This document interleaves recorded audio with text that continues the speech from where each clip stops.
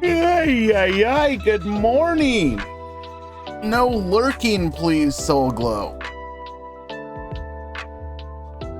I see you there.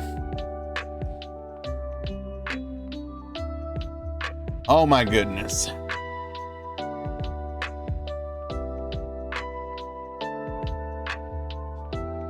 You know, when you sleep so hard that you legit wake up with just a bit of drool. Oh, that was me today. I'm not gonna lie. I'm gonna keep it real with you. We crashed hard.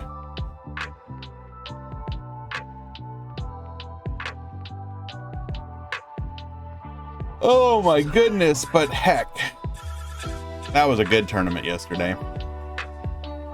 I was very happy with it.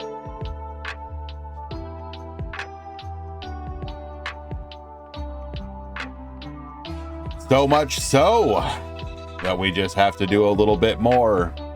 We're here for the Duel Links Grand Prix single elimination number 40. Singles in your KC Cup. Hello, Nergard. How goes it, my friend?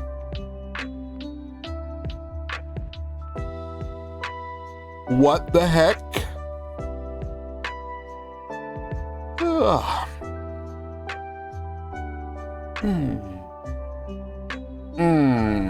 Lunch break will be after the tournament for me. Definitely looking forward to that, though. If you want to join today's event chat, you can do so by getting in on the Discord, ! Discord, heading over to the single elimination channel and signing up.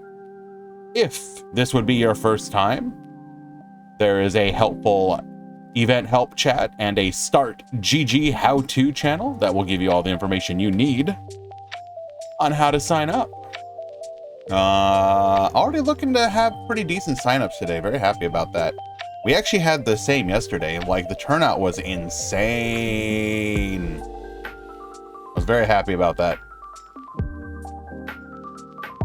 I would also consider our experiment to be a massive success. Hello, Elmaz. Good to see you again. So if y'all don't know, I may expand it to do it in a single element as well, although I don't know how I would do it exactly. But in the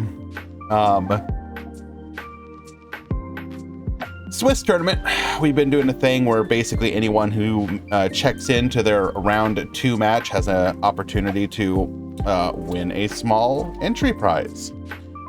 And so far in all the tournaments that I've done it, turnout has been both, or rather not turnout, but like the conversion rate of entries to drops and whatnot has been incredibly good. Very happy about that. For example, in yesterday's tournament, where we had 145 signups, which translated to 139 active players.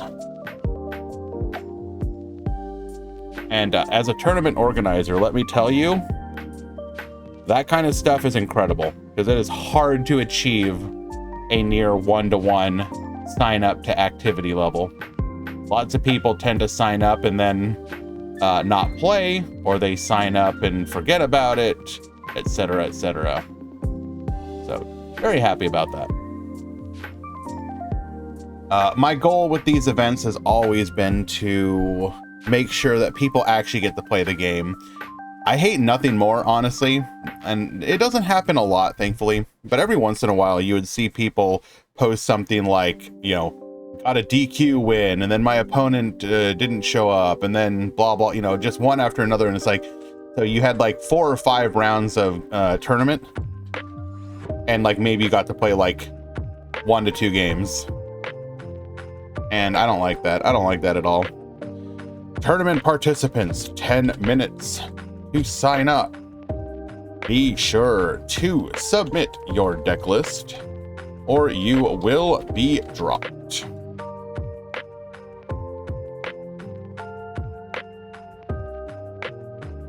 Hello, Whirl.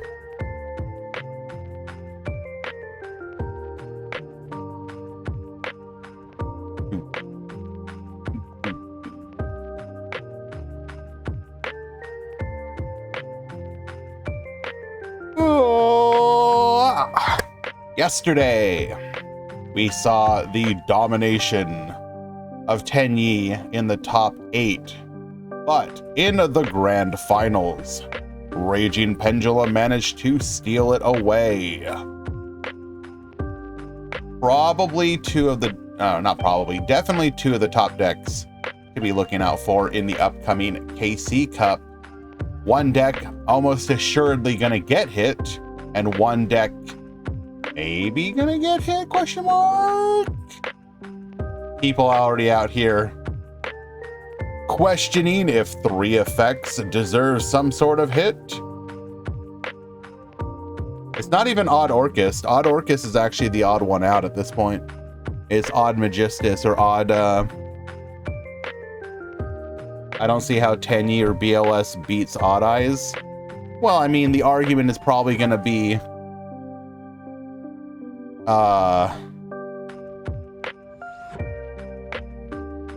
if we're talking about, like, actually winning the whole KC Cup, then I think you're going to see some wild shenanigans at the very top end of the bracket. People, like, if you go for the Odd Eyes, what are the techs going to be against you? Are you going to have a bunch of cards teched out for the Tenyi matchup and then just get mirror matchups, that sort of thing?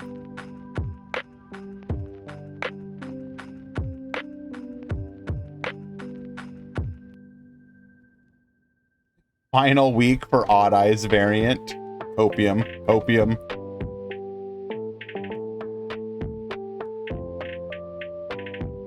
We are now exactly 2 weeks until the New World release.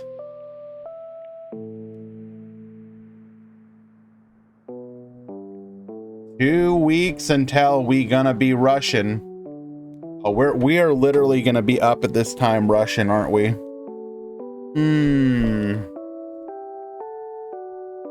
I'm gonna have to put in a request for time off, I think. At least one day.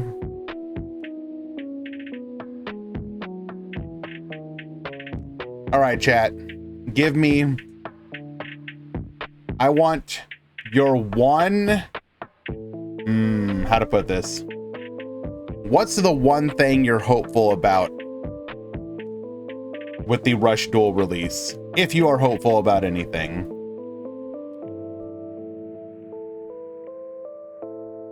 Well, we're definitely not going to be hosting one. Like 30 minutes into the event, bro. Or 30 minutes in, like an hour or so into the launch of the event, or the New World. I keep saying event, I mean New World. Legend Prince. Go to the single elimination channel. I have pinged you. If we host a tournament, the bet, like, it's probably going to be like a weekend one, like Saturday or something.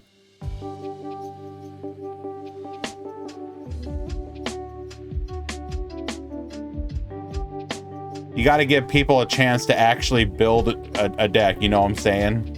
Like, imagine being like, you know, the world's been out for literally like an hour, and it's like, all right, guys, Rush Duel tournament. You don't have time to do anything. Just go buy some packs, and we'll see you there.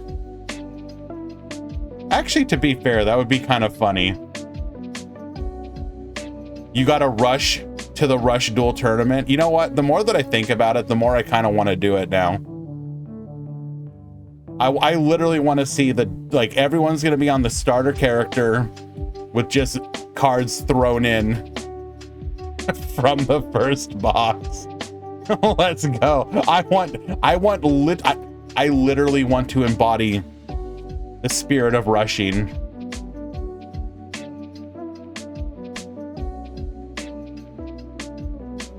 I think that would be pretty funny. Hello, Michael.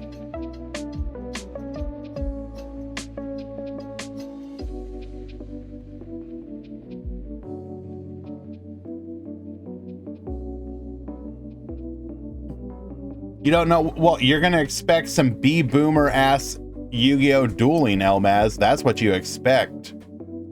Expect it to be. Oh, come on, Nergard. Why you gotta be raining on people's parade, bro? Come on. No, we're out here coping, bro. We're out here coping. We're gonna log into the new world and there's gonna be an announcement in game. Attention duelists. As part of the Rush Duel World Celebration, we have imported crafting into Duel Links.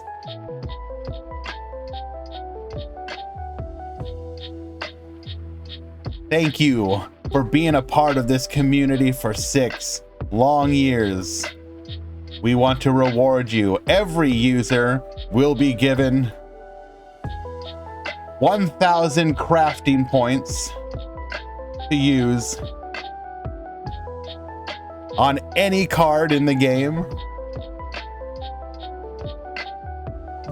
A login bonus of 10,000 gems, free prismatic legendary alt arts,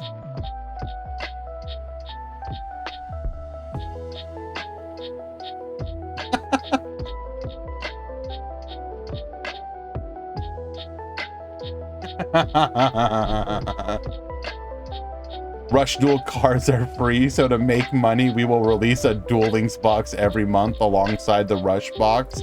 Is that what I want to? I mean, technically, yes, I guess. Like, I still want a new box every month, yes. If we start getting Duel Links boxes every other month, I'm gonna be a little sad. I'm gonna be more than a little sad.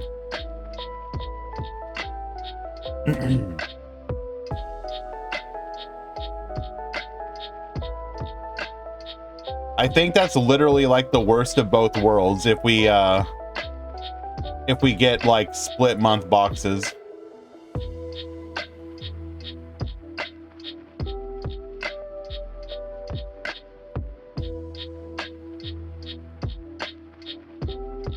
I'm trying to think of what the Master Duel equivalent of that would be. I guess in Master Duel, it would be like if every month you got one new box, and then like the other month, the old box is like, I don't know, specifically geared for Edison format.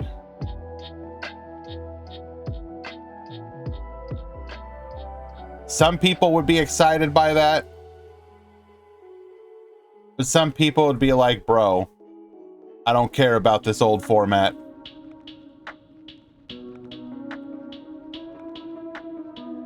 Half reasonable copium answer, Sky Striker in the new box. All right, here you go, Nergard.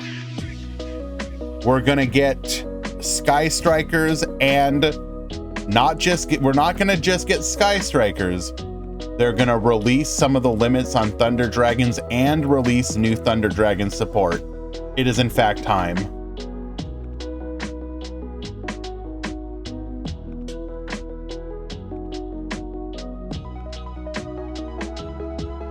And actually, not just that, we're gonna get some of the new salad support.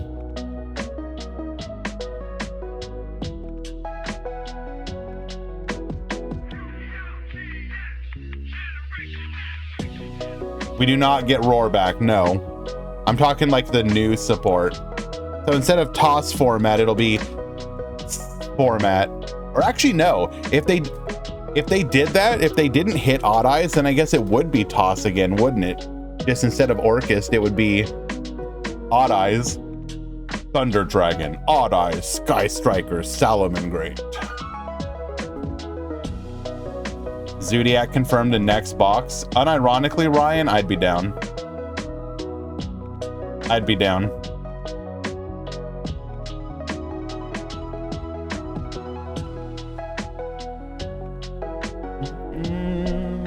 1 minute until the tournament begins.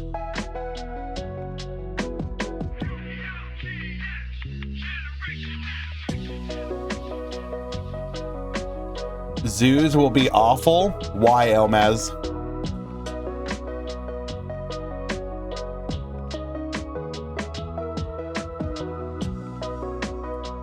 Why, Elmaz?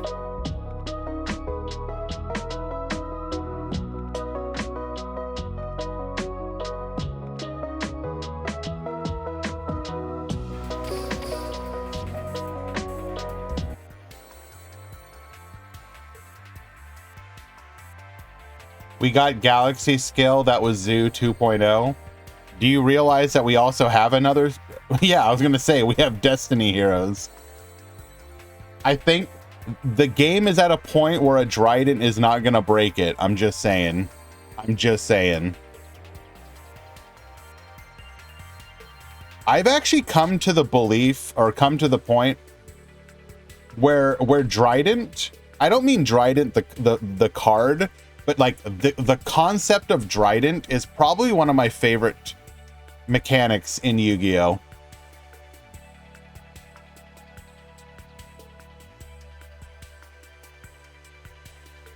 Like straight up, like if I had to distill it down, I think a quick effect pop is probably one of the neatest effects, both because of the fact that it gives you interaction, but it gives you interaction that isn't a negate.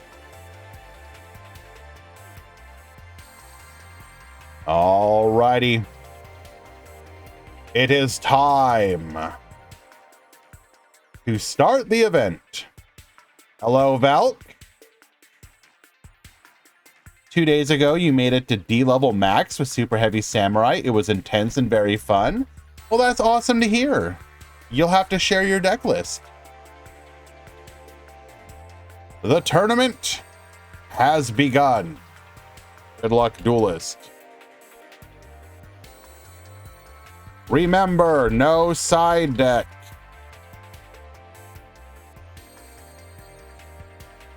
If I see side deck, ow.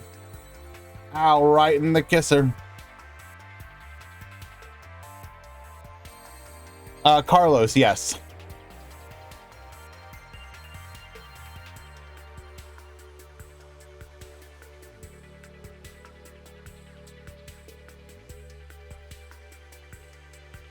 This is a no side deck event. Do not use a side deck.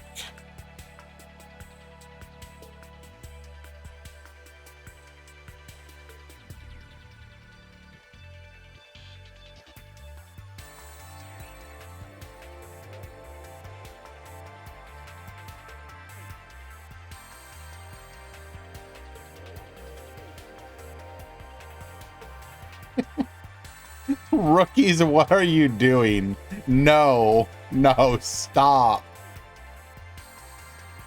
You have somehow managed to turn based into incredibly unbased.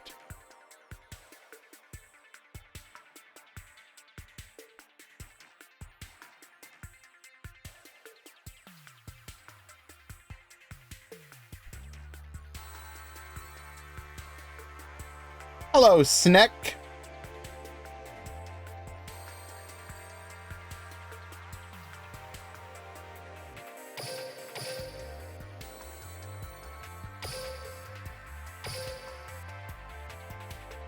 Oh. Loving my new look. Yeah, this is early morning me.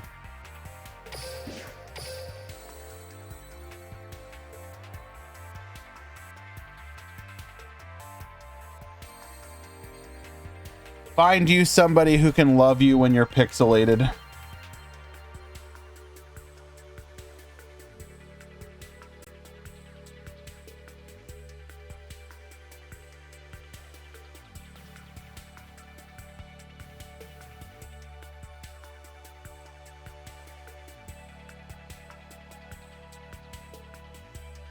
All right. We have our first match, just waiting for both players to arrive.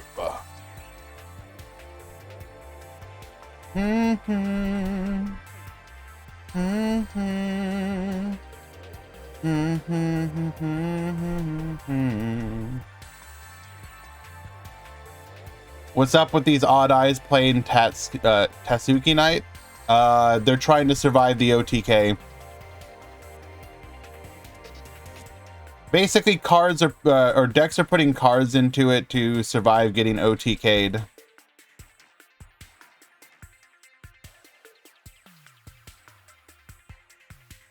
That's kind of the gimmick right now. Is don't, you know, mission objective, survive.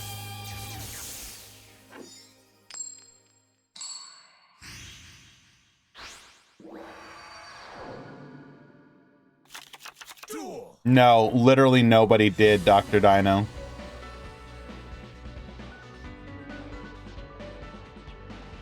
Blackwing Kalima the Haze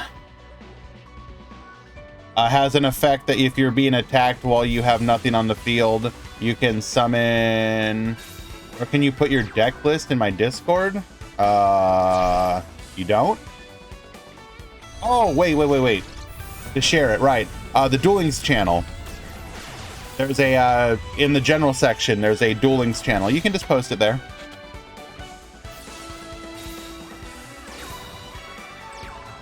All right.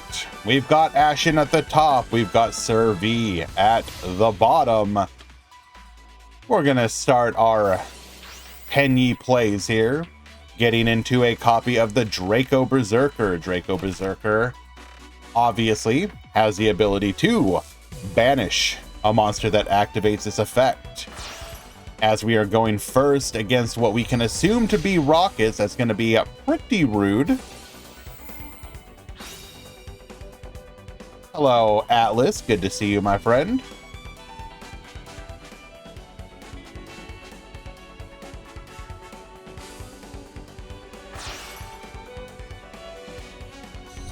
Our grand finals yesterday was, in fact, Penny versus Raging Pendulum, with Raging Pendulum taking it in a 2-0 victory. But we had 5 Penny in the top 8. So I think it's a win for both decks in that regard. Alrighty.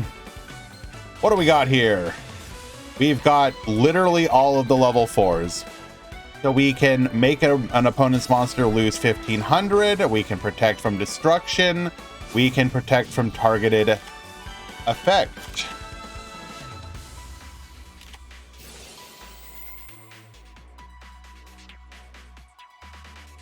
Look at Sir V's sleeves. What am I looking at? What am I looking at? What about it?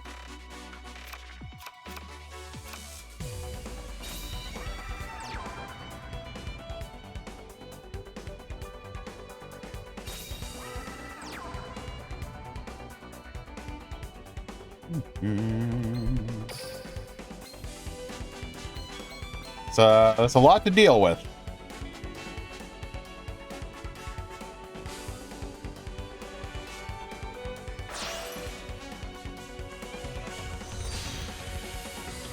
Gonna go for the booster dragon here.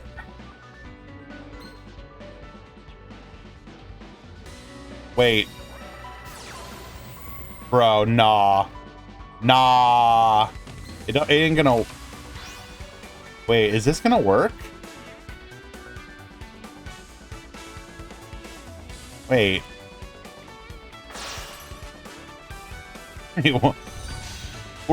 What?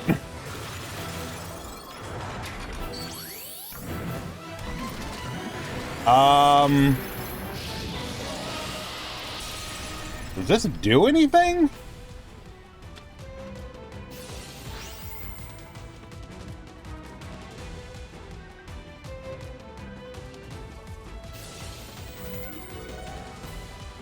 I don't think this is gonna... Wait. I guess it does work. What? Huh?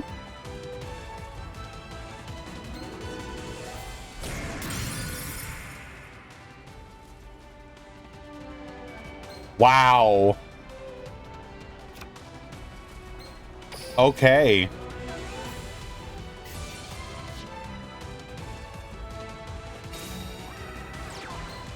Well, I thought you would have activated Draco Berserker in response, banish it, then you have no zone. Isn't that how it would have worked?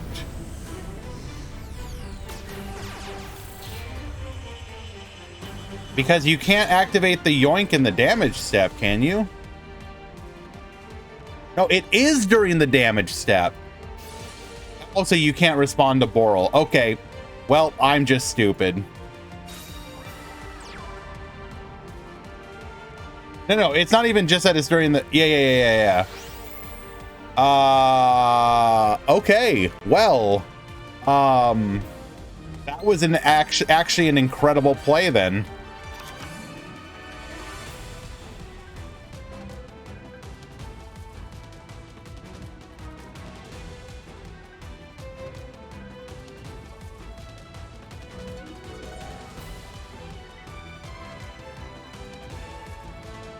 And thank you for sharing, Caboose. That do, in fact, be a super heavy samurai deck. Let's go. How does Tenyi out Borreload? Get back into Berserker? Actually, I don't even know. I guess they would have needed to have the Nahata again. They would have to attack into the Borreload with a Berserker, have the Nahata to reduce it. They have to Shithana or Nahata it. Does Shithana target?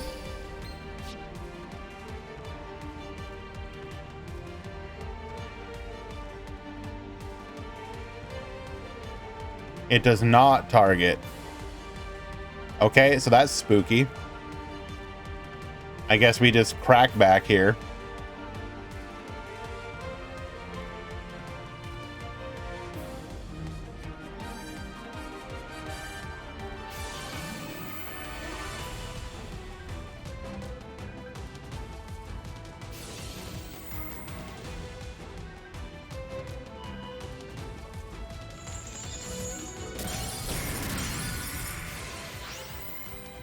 And looks like we're just going to be dead despite that really cool play. 3K, 1000, lethal.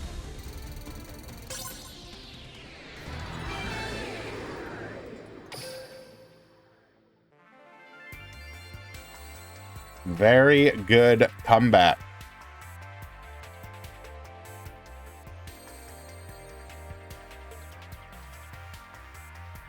It's a little spooky. Sooner or later, they're going to add Gamma Seal. I mean, there's already kaijus in the game. I don't know if adding Gamma... I don't know if I'd want Gamma Seal, to be honest. I like the fact that... Oh, why is there a mod call from 7 minutes ago? Oh, I see.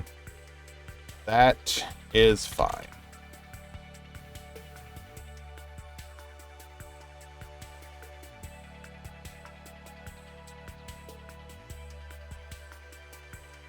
I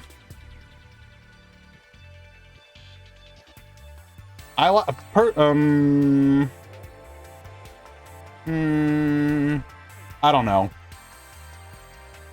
Yeah, I think I prefer the kaijus to actually be something that you have to deal with. Gamma Seal is one of those things that, like, no, it doesn't really matter, because realistically speaking, if you're kaijuing your opponent, you're probably going to deal with it. But I don't think kaiju should be weak. I don't think you should get to kaiju somebody and not have to give them like a good card, or rather a card that's going to benefit them in some way if you don't deal with it. Gamma Seal feels like kind of like cheating as a kaiju. You know what I mean?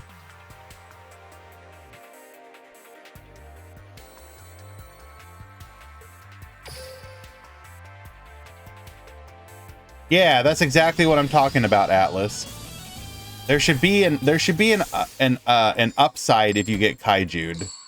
And that upside should either be it's a strong monster or you get some kind of benefit. Gamma Seal kind of like cheats that. 3k booty looks good to me. Well, if Gamma Seal forced you to put it into defense position, but funny thing about that, it doesn't actually do that.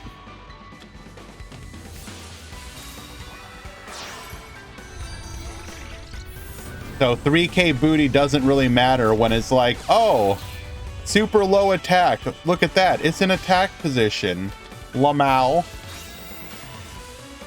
That doesn't sound very fun. I mean...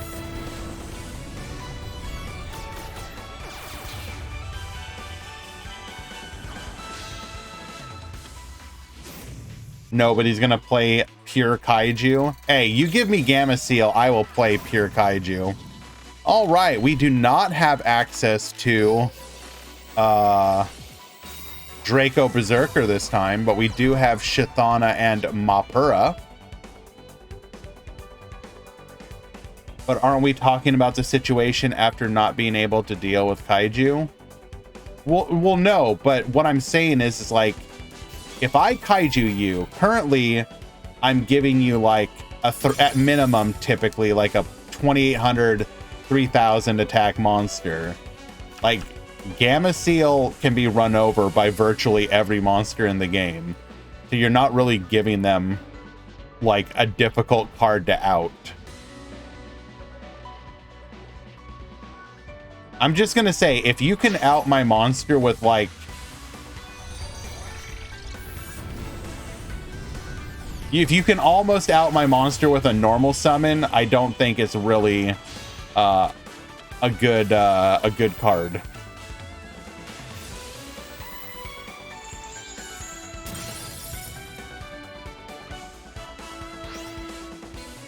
Sending the Berserker here. We will not get the effect of Shithana or Mapura.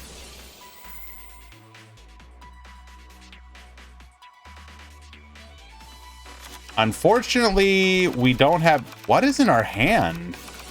We will get a float here, though.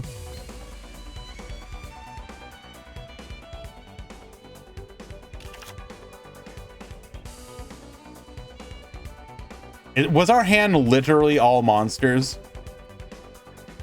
Bring Kaiju Slumber in a box? I mean... We have Dark Hole. Would it really matter?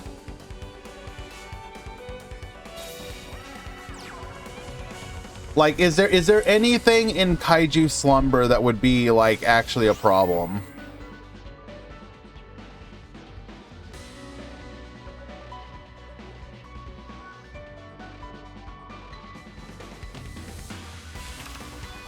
Because I think most of us would agree. Oh, no. We can get to the Draco Berserker not like this. It's Dark Hole that gives you a bigger beat stick and searches a follow-up kaiju, probably spooky. I suppose. It is a go second card, though.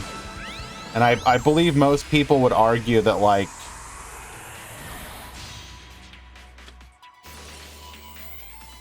we elect to not go for the Draco Berserker here. We'll instead go for Oxia, which we can dodge, or at least partially.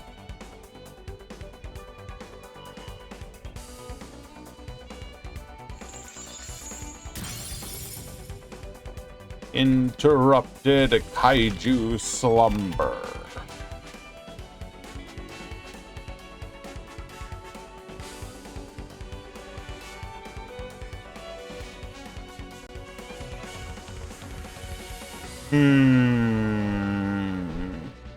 Okay, what if it was limit 1? Would it be fair then?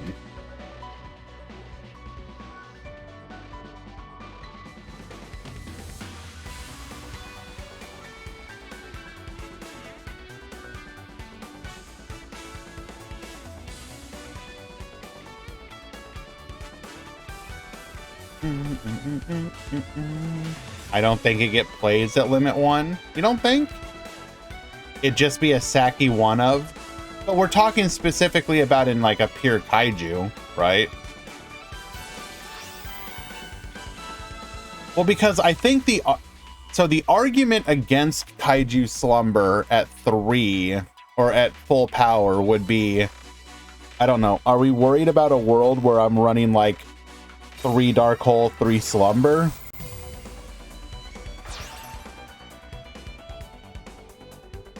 Add Kaiju skills? I'm down. Add skills for everything. Screw it.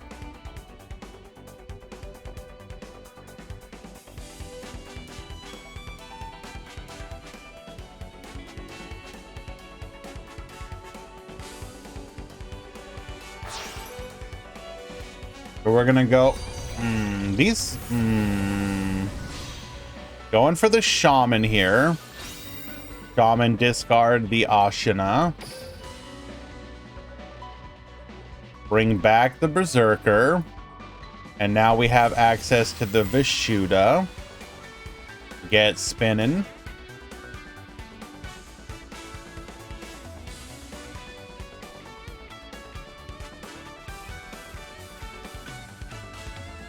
We don't have lethal here, though.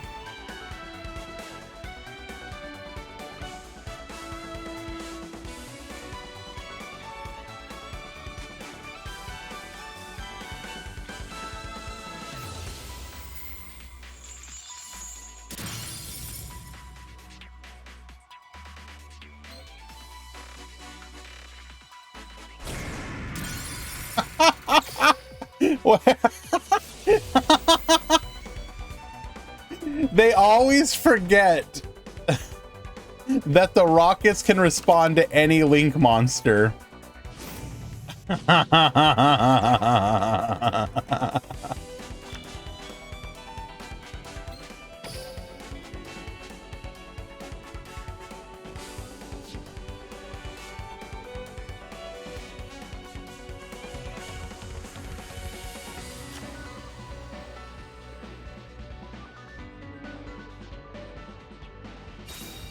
Thank you, Metal Overdrive.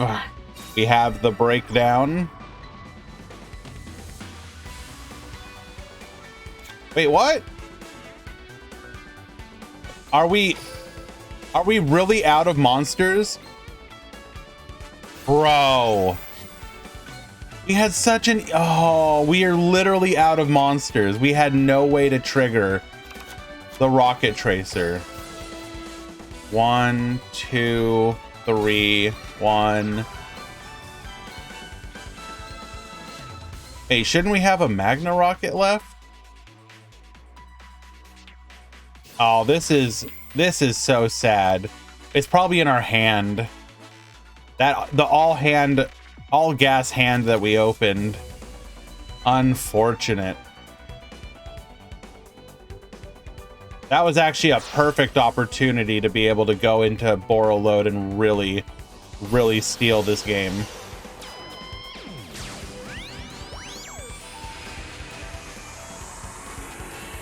Duel Links Grand Prix SE40 Breakdown.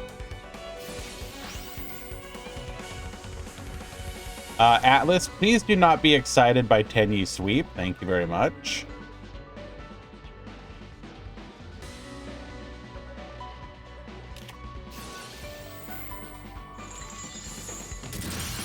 Wipe the field. Shithana. Bring back the boy. Pop.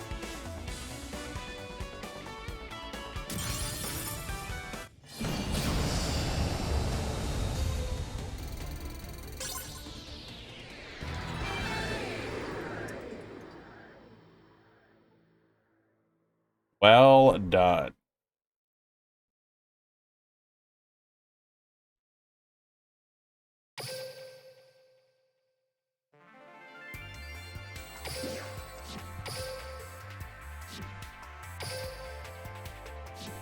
That was, in fact, a 2-0.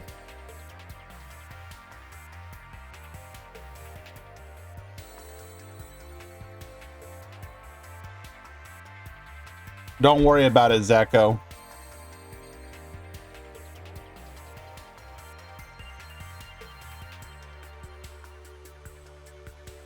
Oh my god, why do I have another? I'm so sorry.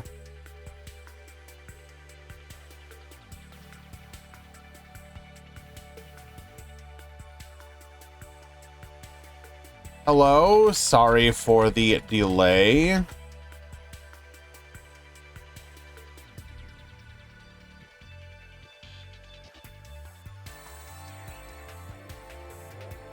Jaden, did you screenshot the room, perhaps?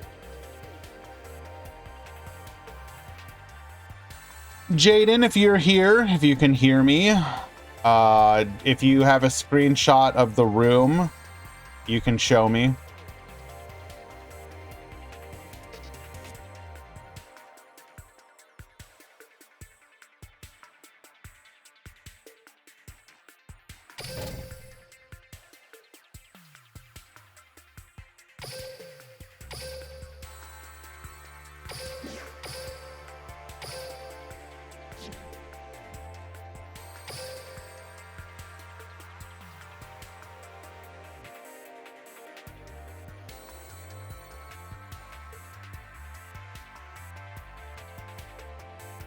All right, let's see.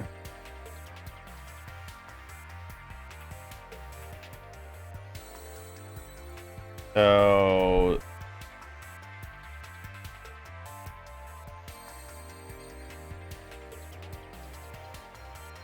let's see.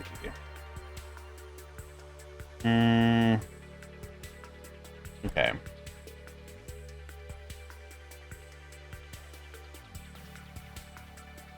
You do not, sadly. Okay, well, I mean, I do believe that it probably was delayed.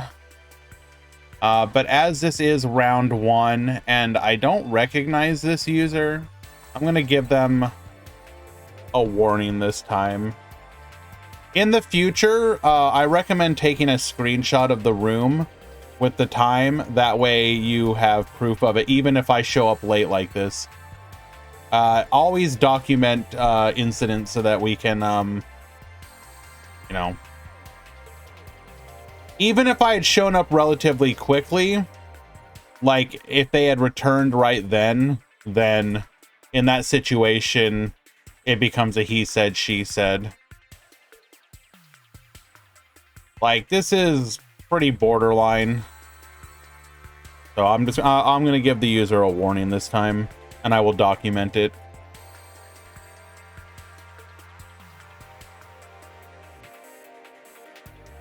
Okay, let us find another match. Hello, issue.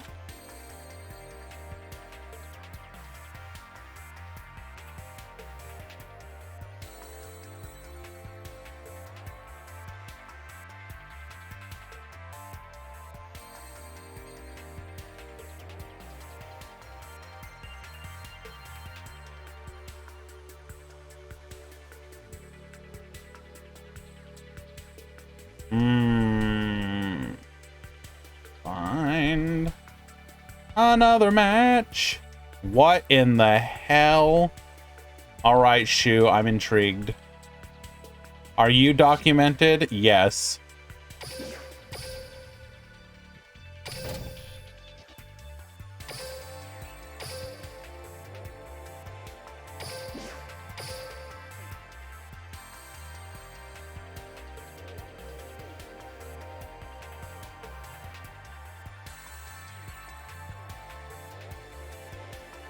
You are documented like this, Zeko.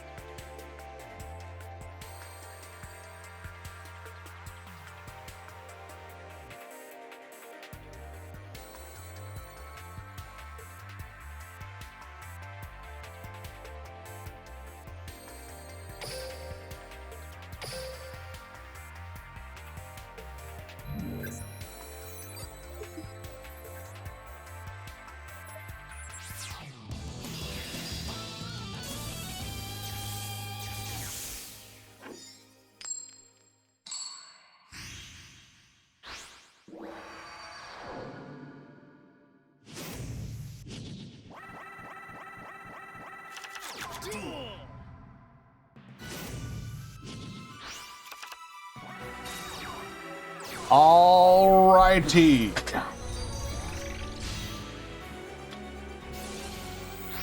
Gimmick Puppet, Dreary Doll, back to the field. Destroy effect.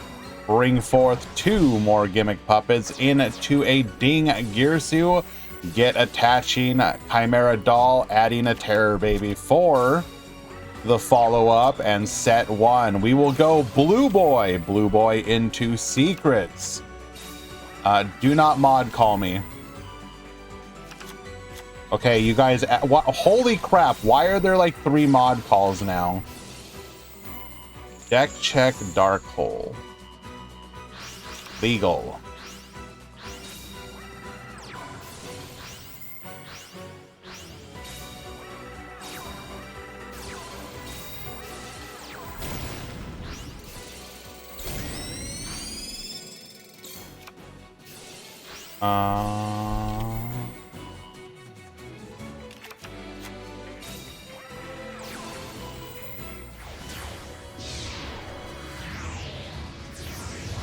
Deck check IDP.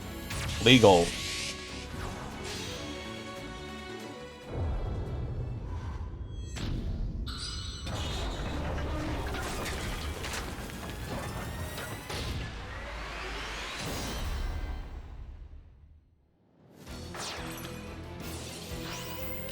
Sad Karma and Mustafa Kamel, you need to check in.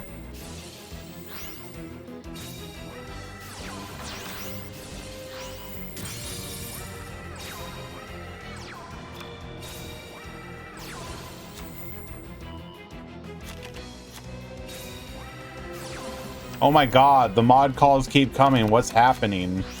Hello, issue?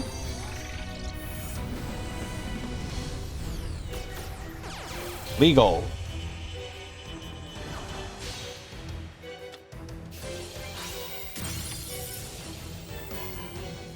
Also, what in the hell is going on here, by the way? We have the Grand Spellbook Tower in... Is this a full Spellbook deck?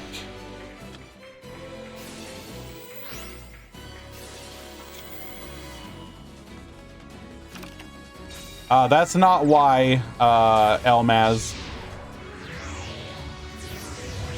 There was like 7 mod calls. That's pretty unusual.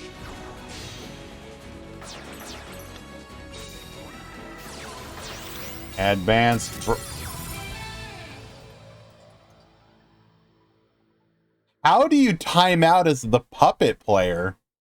What?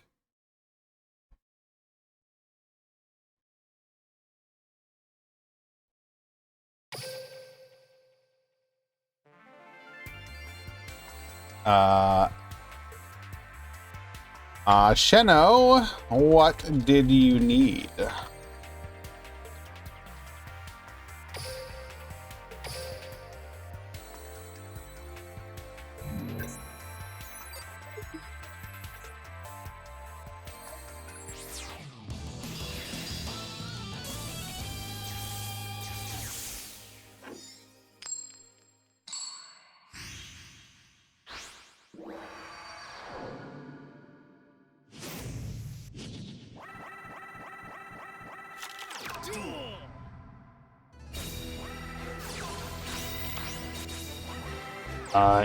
Insulting Dr. Dinosaurio is perfectly legal and will result in no punishments. Don't worry.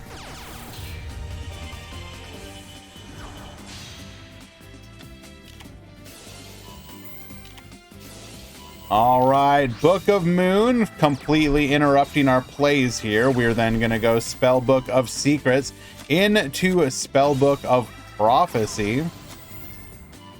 Or rather, excuse me.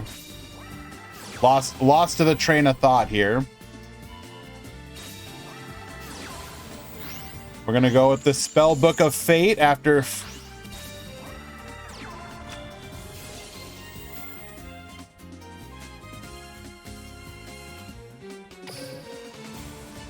Oh, we changed to the Fate. Interesting. Okay, I see.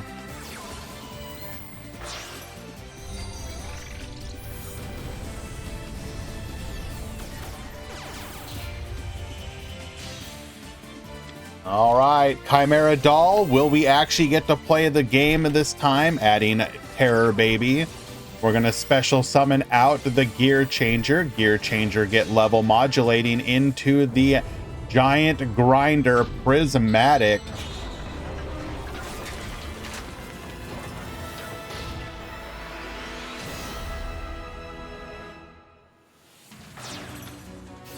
Andre, you need to check in.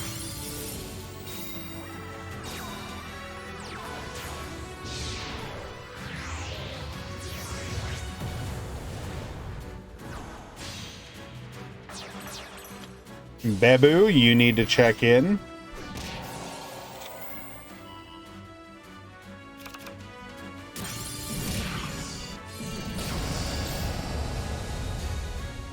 Yamu and Psycho, you need to check in.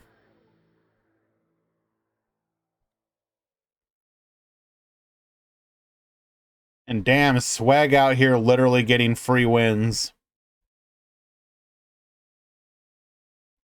2 DQs in a row. Well, whatever. We take those, I suppose.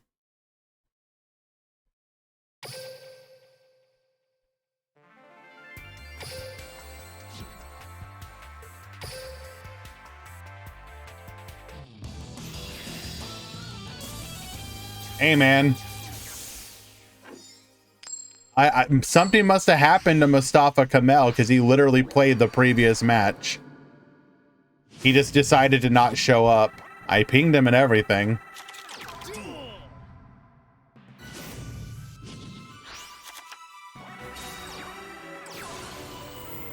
The question is, will he manage to outdo Colby? Colby, I think, currently holds the record for the biggest BS DQ streak in the history of the game. Making it to the top 32 off of basically DQs alone. I was getting legitimately angry during that tournament. I'm like, how does this keep happening? Why is it him?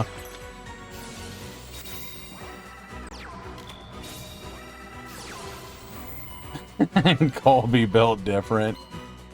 Spellbook Library of the Crescent. We are legit a full-on spellbook Blackluster friggin' soldier, or yeah, Blackluster soldier deck. Legit do not understand this. Ice Dragon's Prison, get Yoinking Spellbook of Fate. We're gonna go ahead and put this face down so that we cannot banish. Returning. Oh my god, we can literally return the spellbook cards to the graveyard. We're abusing the fact that this skill was meant to recycle your materials to recycle the spell books.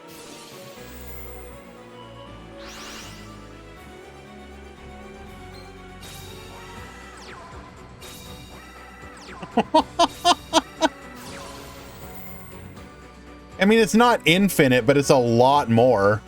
This is actually really clever. Oh, wow.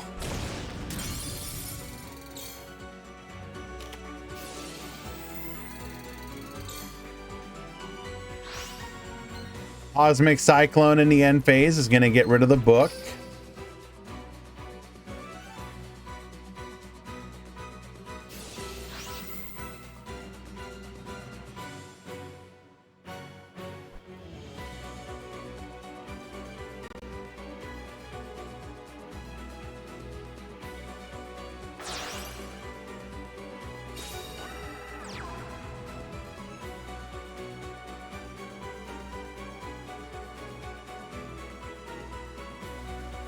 All right, so what's the game plan? We can't target your gimmick puppets.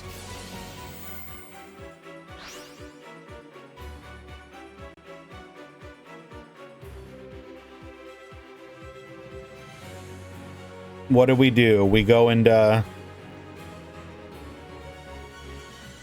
Giant Grinder?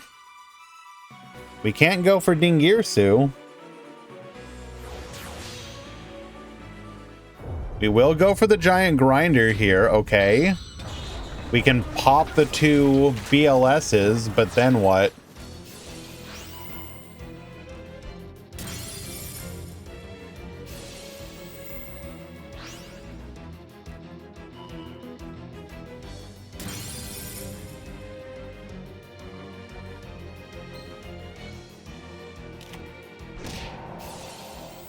Blue Boy will get the search here, adding a copy of Spellbook of Secrets.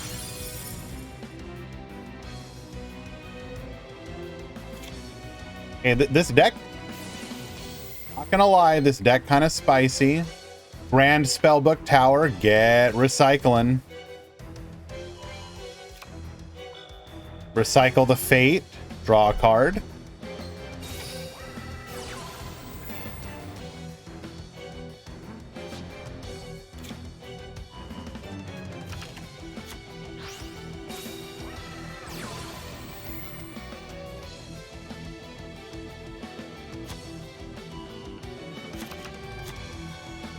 We're gonna go ahead and add the Fate here.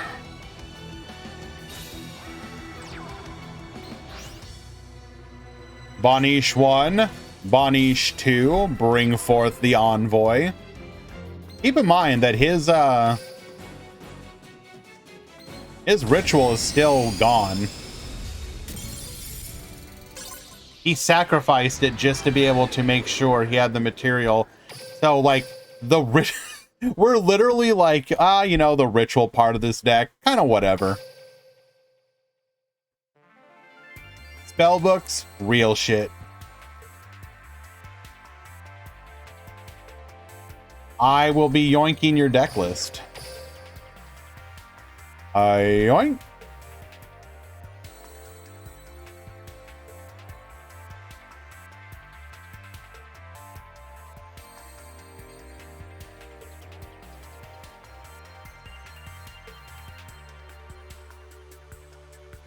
Let us find another match.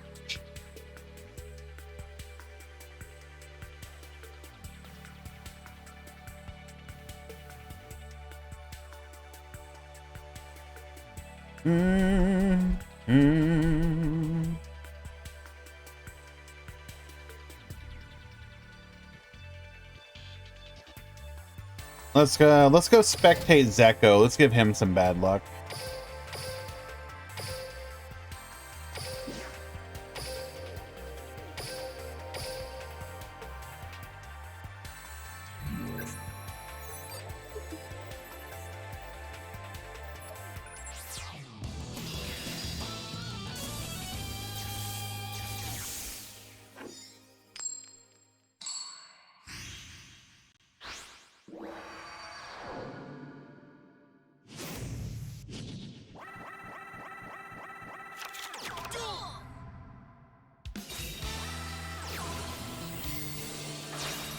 Batteryman Solar will immediately be met by Alancia. And we will pass to the turn on Chaos Betrayer Batteryman Solar. Good luck, gamer. Is a BLS the best stage 2 deck for this KC Cup? Probably not, but it's going to be one of the good ones for sure. Spellbook Magician of Prophecy, searching for the Master. Master, reveal Knowledge, copy Secrets. We will then go for Knowledge. Into a Chaos form, bring forth the Legendary Swordsman. That's just going to be lethal.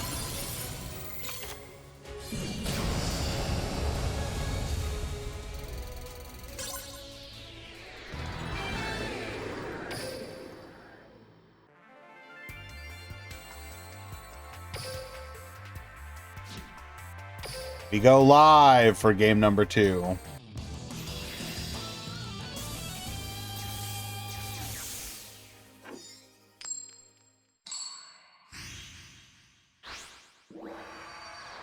Jaden, you need to check in. I see that you did. Super Soldier Ritual immediately into a Blackluster Soldier, adding a copy of the Legendary Swordsman. We will set one and pass immediately. Oh, Lord. Okay, yeah. Maybe don't play Thunder Dragon in the KC Cup, where Lancia is gonna see the most usage probably ever.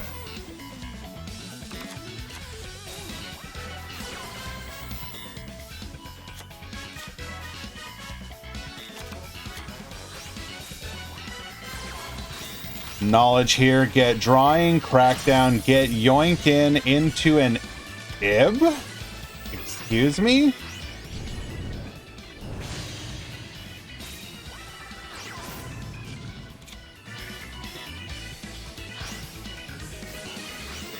It's a spellcast. Ah, right. It is a spellcaster. Double White Princess into a Ferocious Flame Swords. Oh no! We played around the Double White Princess. Drux, no, not like this. We have the third white. Stop.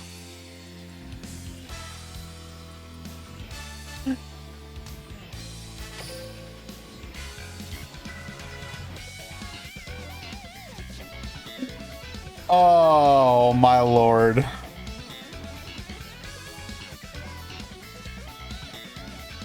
Levy off of the top. No, stop. Stop. No. Into a Nightmare Unicorn.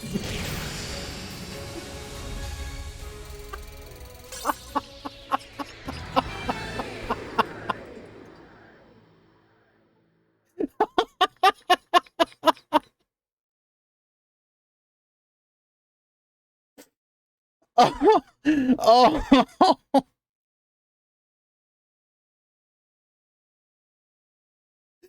Oh, it's pretty funny, Murata. I'm sorry that you can't enjoy it.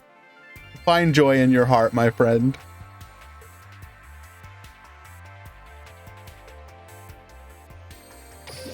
Oh my god, that is disgusting. Technically, we could have probably played through that if we didn't double White Princess. Because it wasn't lethal, I don't think, with the first white, right?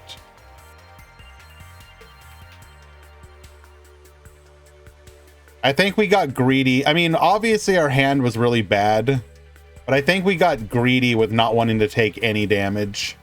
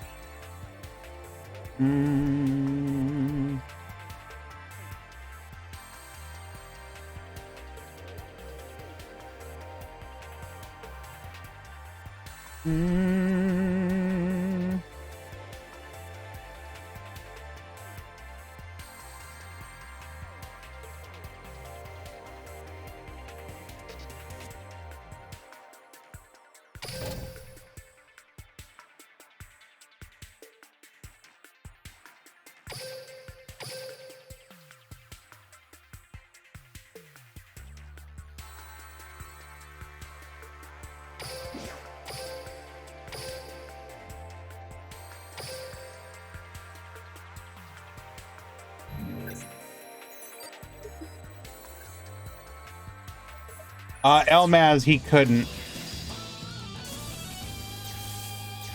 Because of the, Legendary Swordsman.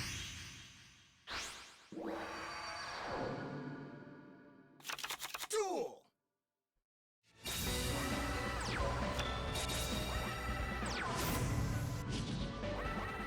We have Destiny Heroes versus... well, we can assume that it's Tenyi.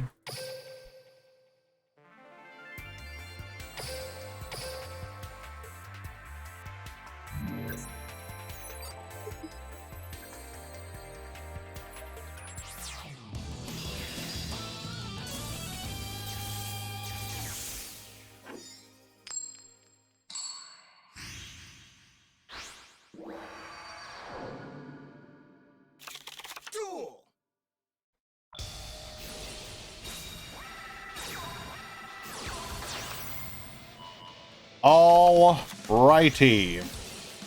Anticristo at the bottom, Necro at the top. Anticristo is actually going to get to play the game this time around. Circle and Vessel. Ashina bring out the Vishuddha into the Draco Berserker. Add Hara, add the Ashuna back to hand. 3 effects, set 1 and pass. Osmic Cyclone into a Forbidden Chalice. Get Babustin. We really couldn't do anything. Unfortunate. Heavenly Dragon Circle is going to add the Adhara to hand. We will then Vishuddha force out that back row. It is a Crackdown, which will immediately get countered. We're then going to go for the Shaman. Adhara effect, bring the Vishuddha back to hand. Henyi effect, or Shaman effect rather, bring back the Draco Berserker before going into a Berserker of our own. Ashina, bring forth a Vishuddha. Vishuddha into a Monk. We will then crack down, get Yoinkin. Chithana, bring back the Berserker. And that's going to be all that she wrote. Lethal. Game number 2.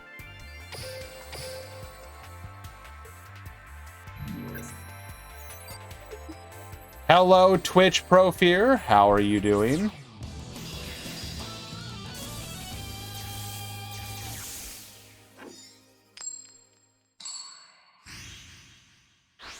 Imagine we get grass back. I'm not going to imagine that. Thank you.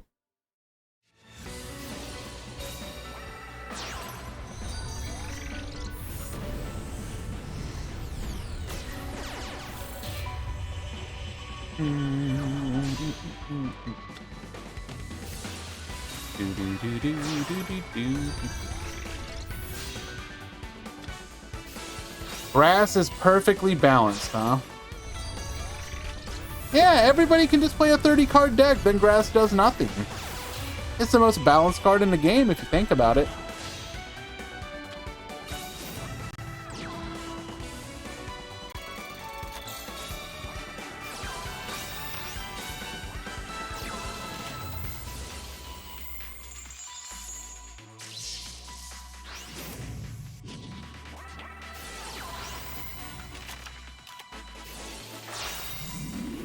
Oh.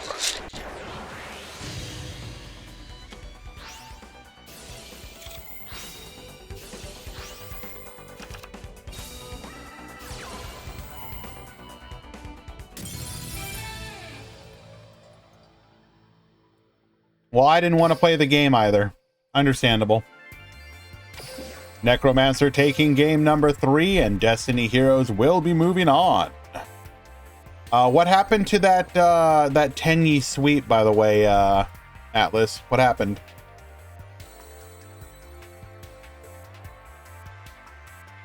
Ryan and Skull, you need to check in.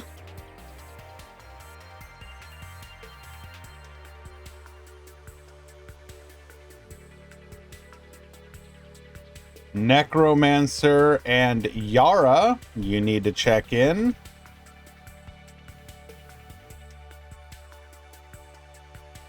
Yamo and Twitch Profear, you need to check in.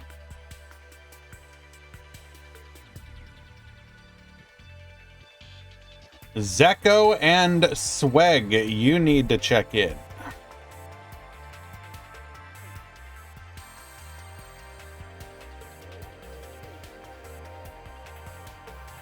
Do we have the breakdown? We do. I posted it earlier. I apparently did not update it. Sorry. Here it is, though.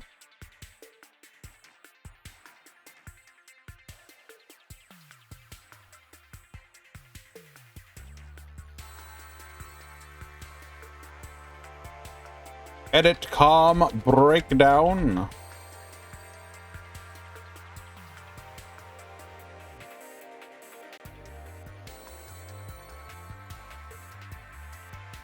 Also, I love the fact that Metal randomly put Hero at 6 after the Trickstar with 5.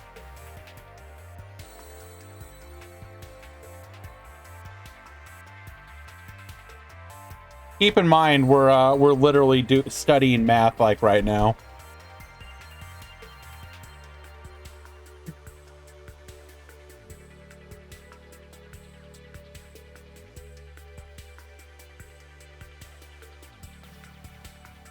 Hey, Metal, if you're here, what mathematical equation has 5? Would you go 6, 5, 6 in descending order?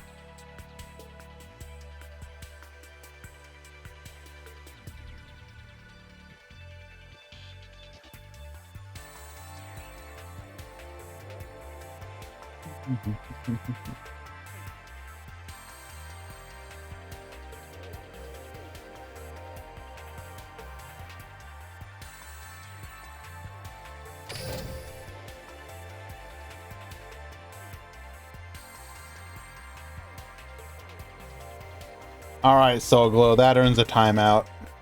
Not gonna lie.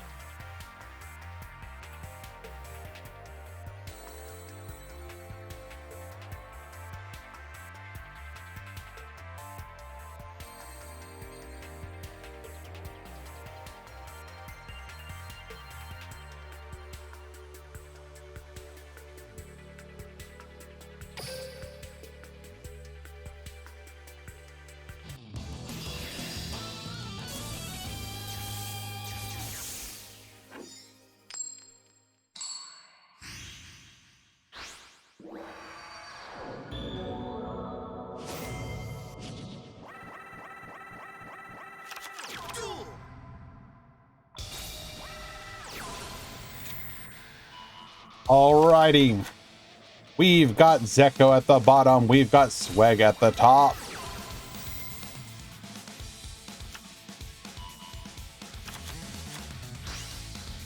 Starting things off, we're gonna go Blue Boy. Blue Boy into Secrets. Secrets into Knowledge. We will then activate the Graveyard effect of Super Soldier's Ritual, allowing us to bring forth the Blackluster Soldier. We can then use our skill, searching for both a Super Soldier and returning our banished cards back to the graveyard. What did you get D-level max with, Murata? Spellbook of Knowledge. We're going to send the Magician Blue Boy to the graveyard to draw 2 more cards. Tenyi. Oh wow, actually Tenyi Exodia. Well done. Well done. That sounds made up AF, but I'm gonna choose to believe you.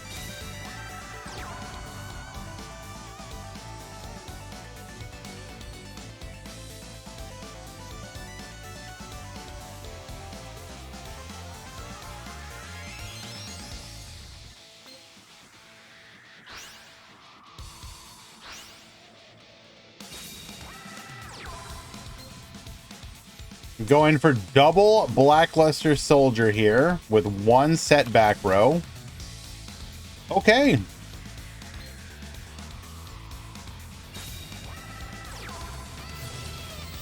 Destiny Hero Drill Dark, activating its effect, allowing us to special summon from our hand a copy of Destiny Hero Celestial. With a Destiny Hero on the field, we can now activate our skill, putting a Malicious as well into the graveyard, as well as a Polymerization to begin our plays.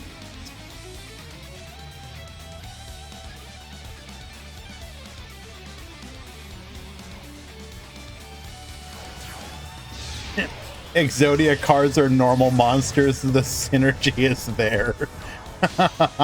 Yeah, okay. Fair point, fair point. Into an Exciton Knight, completely wiping the field. Triple set the back row, and then attack for the intimidation. We literally just lost everything. Why did we set the double envoy? Like, what were we worried about?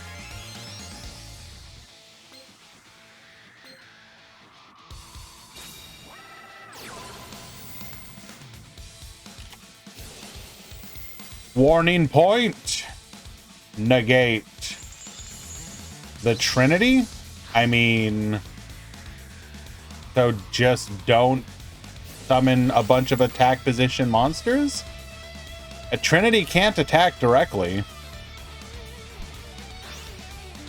I guess the thought process was, I have no back row, so let's wall up.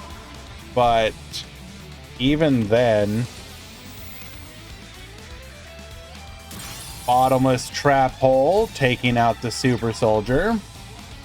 And pass back to you.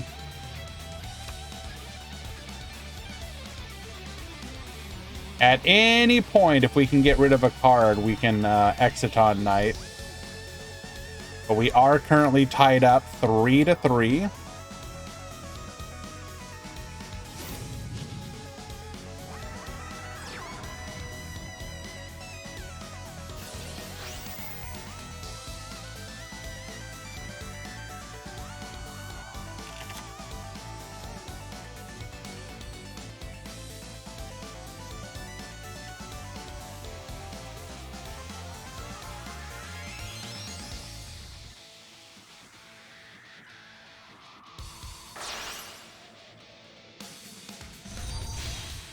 Going for the Nightmare Phoenix. Nightmare Phoenix, get discarded, force out that back row.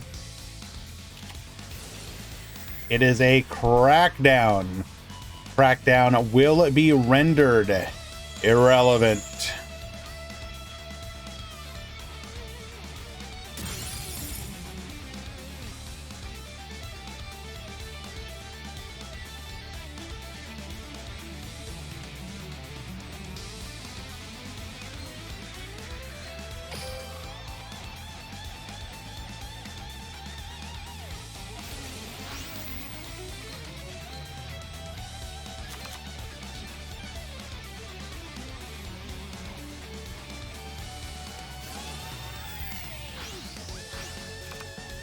Celestial effect, we're gonna get that draw 2, and then the resource game is very quickly turning on Zeko here.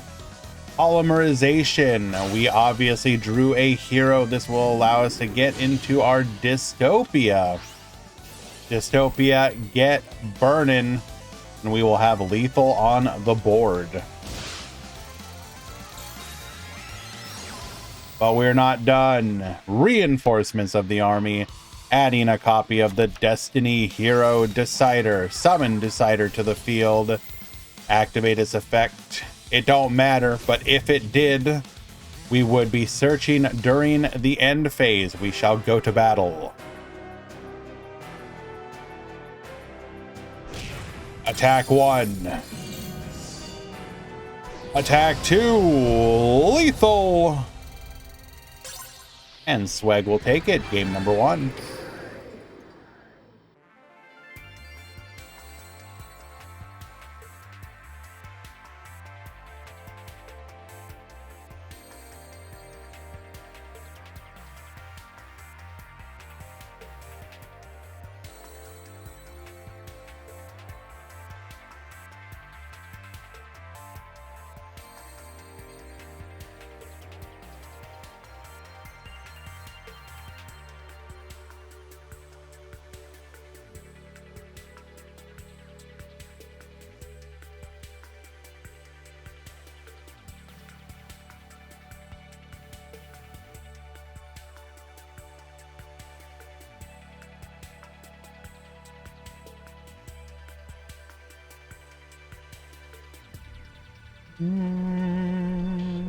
All right, game 2.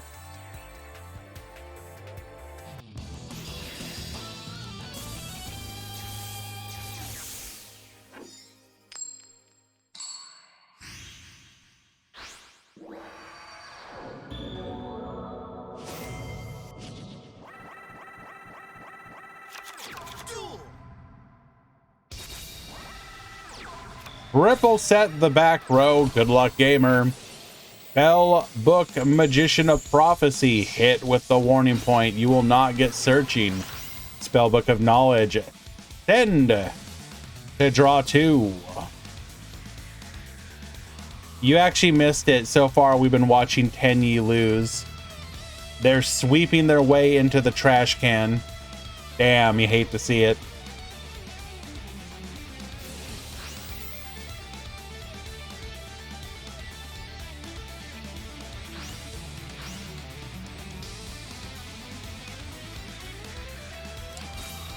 Big false balls.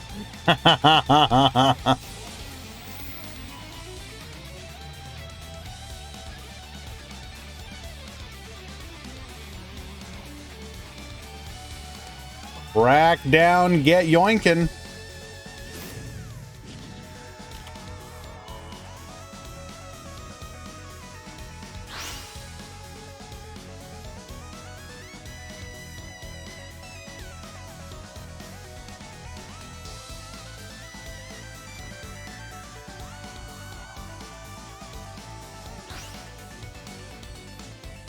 Banish 1. Banish 2. Come forth, Blackluster Soldier, envoy of the beginning. We're going to activate our effect here. Banish our own Super Soldier. Oh, the synergy. Activating expendable die. Using your Super Soldier to pop your Blackluster Soldier, envoy of the beginning, and draw a card off of it.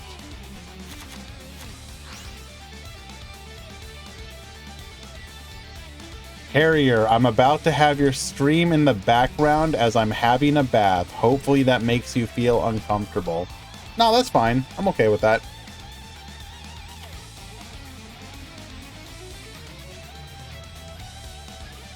We will be forced to end on nothing. Good luck, gamer.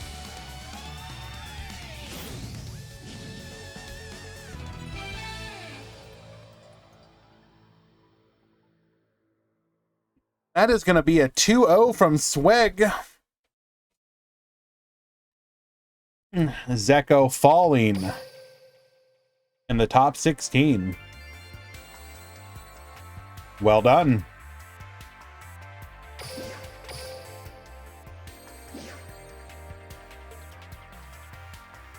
Dr. Dinosaurio and Bebu, you need to check in.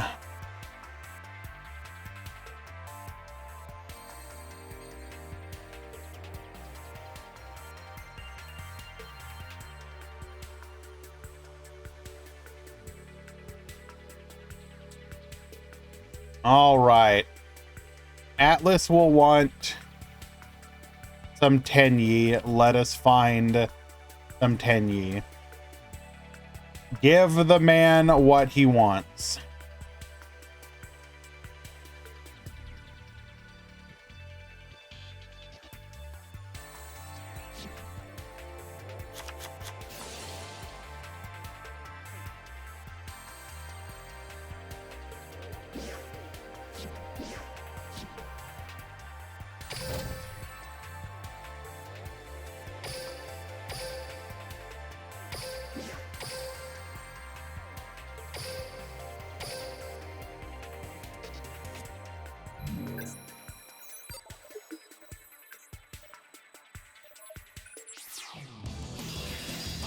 When you take a bath, you're literally soaking in your own dirt. Uncomfortable. Hey, Hooster.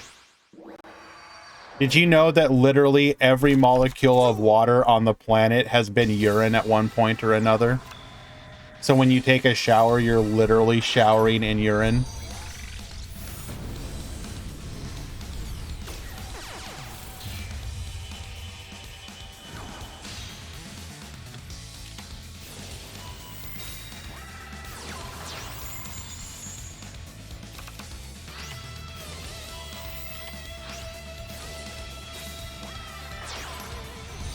Did you know that every molecule of water on the planet has been part of a deck that opens Diva? Alrighty, activating literally every card in our hand to make sure our opponent cannot make any plays, and we're still gonna get to. This here, this is why Atlas loves Kenyi so much.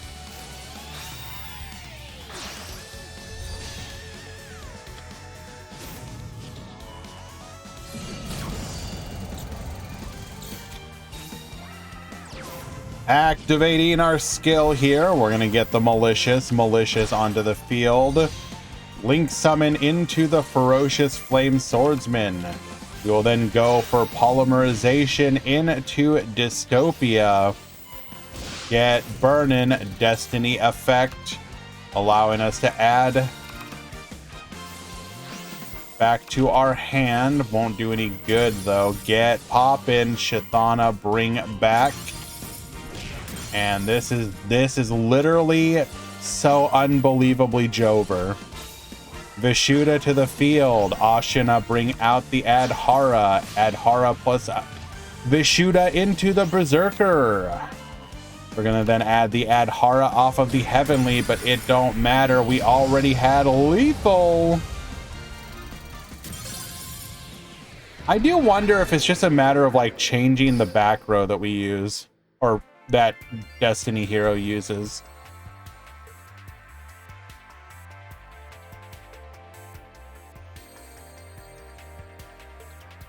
Is there going to be some secret back row tech discovered? And are we shadowed realmed here?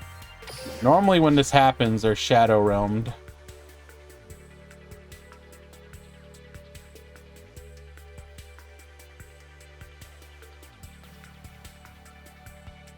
Please check Lancia, Crow, and White Princess. Damn, bro. Lancia, Crow, and White Princess is legal.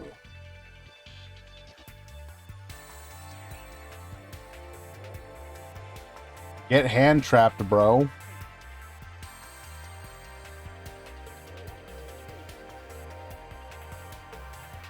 Well, I don't know what's going on here, so we're gonna have to find another match. To be fair, we aren't, this is not a side deck, Gecko. But it is against, Trickstar, which, our version of Trickstar does in fact play a lot of, hand traps. Or at least, current versions do. One would argue they probably shouldn't be, that they should actually be transitioning back to back row, but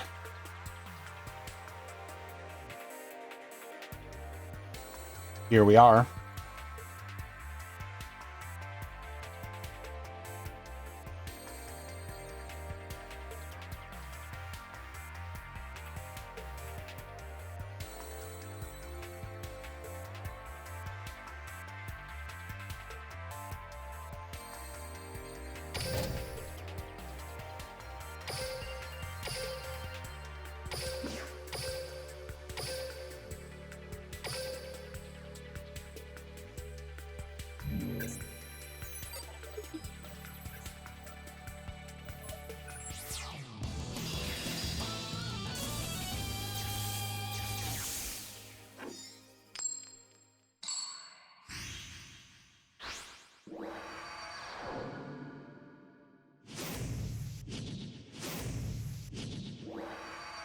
Wow. Stu's deck list is so funny. I like it. Ended up losing in the top 16, unfortunately, 2-1. But I like the attempt at innovation. We're definitely gonna go take a look at that at some point.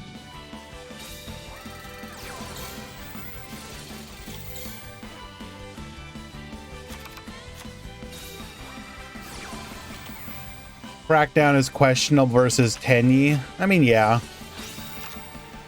Crackdown is like one of those cards that is like high risk, high reward. Like, I'll be honest, even if it's probably been correct to play the card, I really don't like playing it because I don't like the scenarios where your opponent can play around it. Like whether it's from a Lance or a Cosmic. Well, I mean, a Lance would play around most back row, but like a Cosmic, for example.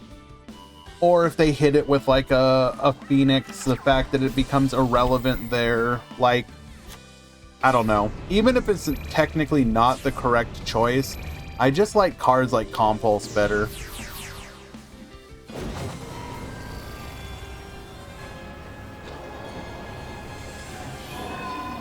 I like knowing that my background is always usable.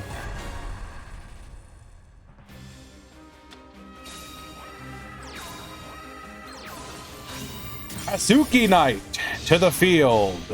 Into the Dark Rebellion. I meant back row, not background. Be quiet. Oh my lord, It's like 4 o'clock in the morning for me. I'm sorry. Word was wrong. Streamer bad.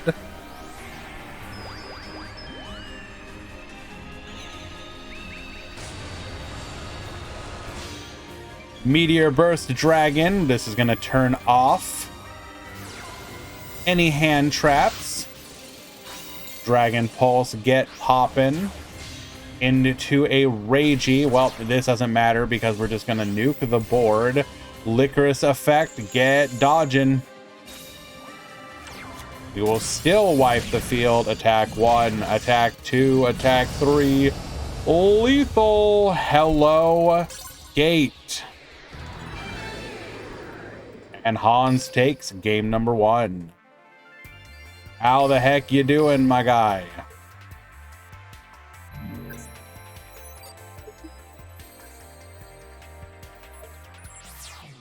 Ashen and Absolute, you need to check in.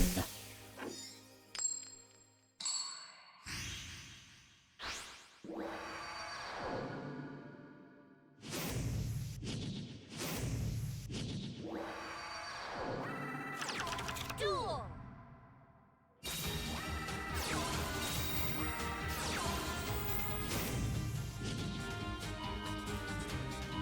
What if we just, like, went back to sleep? What do you say, chat? Let's just call it. Go back to bed.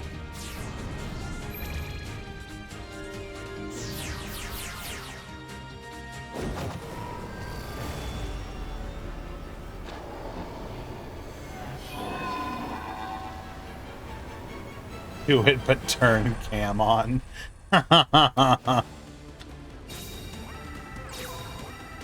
Pendulum 1, 2, 3, and 4. We are going for the Abyss Dweller. Abyss Dweller against Trickstar. Does that even do anything?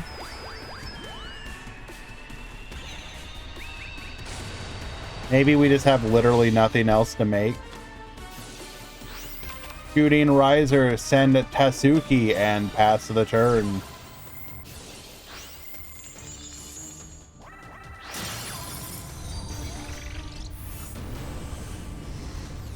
After making our 2 tokens, we're going to go into a copy of Crimson Heart. Now, the funny thing is here, Crimson Heart can literally turn Tatsuki Knight off.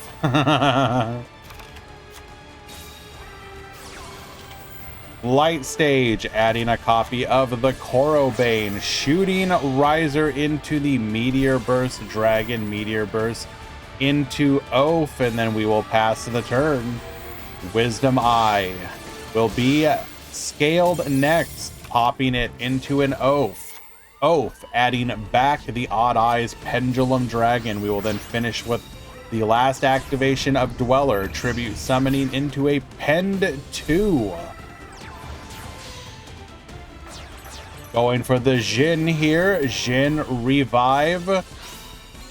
The Shooting Riser, which will be denied by the DD Crow. That's okay, we can still get to Odd Eyes Ragey Dragon.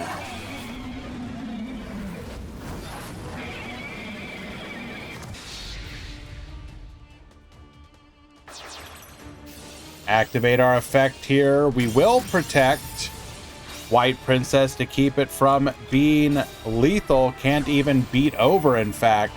And we will be forced to pass the turn there. Crimson Heart effect. Candina getting us another copy of Festival. We're going to go for the Foxglove Witch. We will then go for the Bella Madonna. Licorice will get Babustin. Dark Hole wiping the field. Corobane to the field. Did not even activate Bella Madonna's burn effect. It didn't care. And we have lethal in game number 2.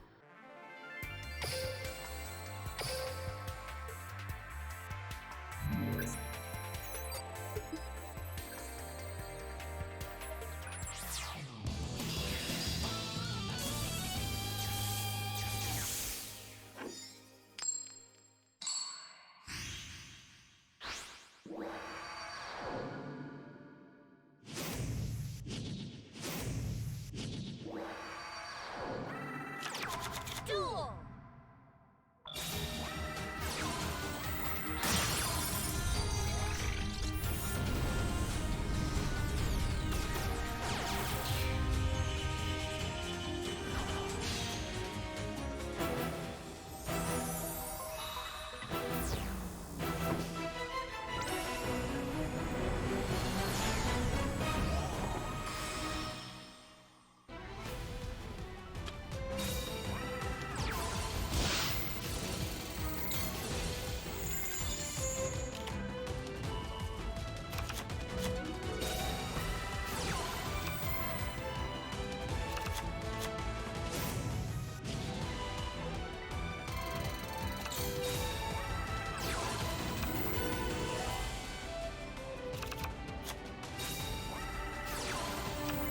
One second, guys. Be right back.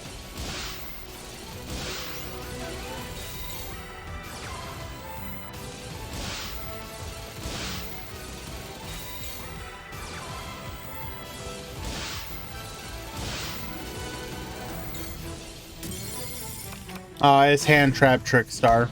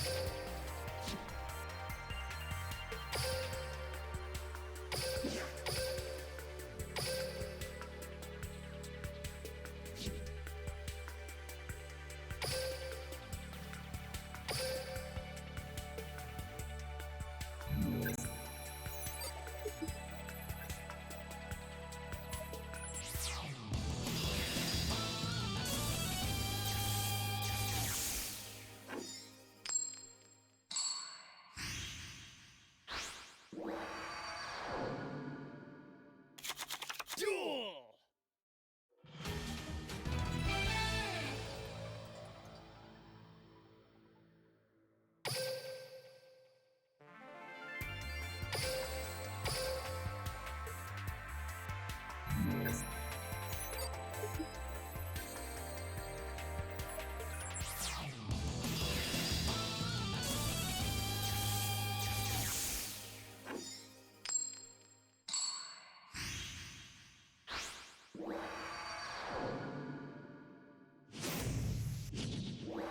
I'm surprised nobody said streamer muted. You guys are slacking. All right, Bebu at the top. We got Dr. Dinosaurio at the bottom. That's going to be a pendulum call into Oaf plus Pit. Thank you, Betratrix. Appreciate you.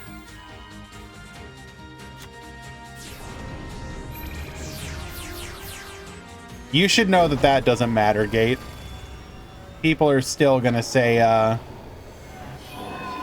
muted regardless. Streamer's been gone for too long. Muted.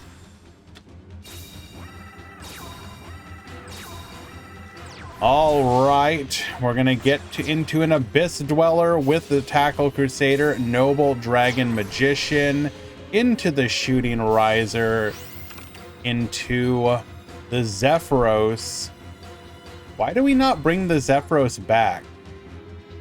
Are we not playing Trishula? Because like right now we only have a level 7 synchro available to us.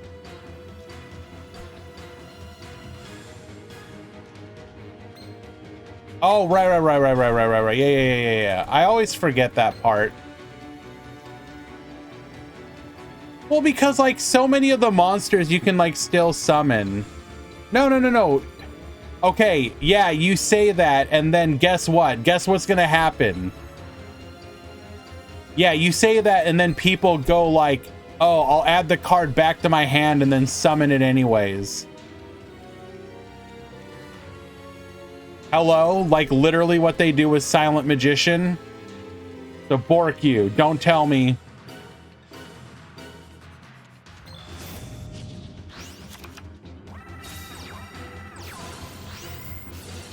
Activating Dweller, Tackle Crusader, putting that monster face down, enemy controller. We just allow it to go through. We don't activate Shooting Riser. Okay.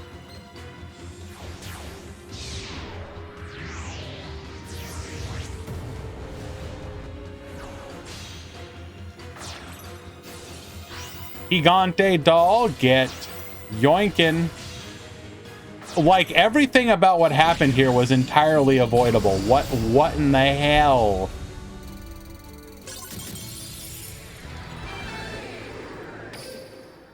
Oh well. Game number 2.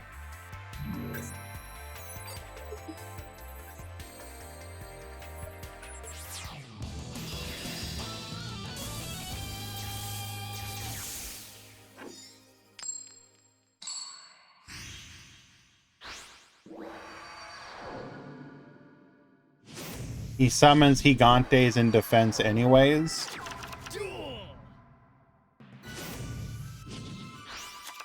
But I guess you're right.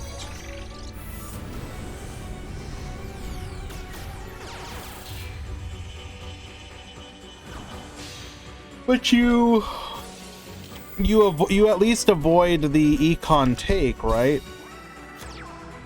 And if you do that, then you Gigante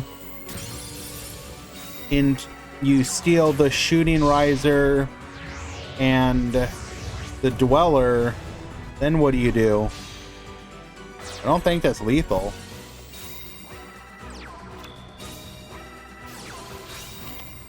Nerf Gimmick Puppet.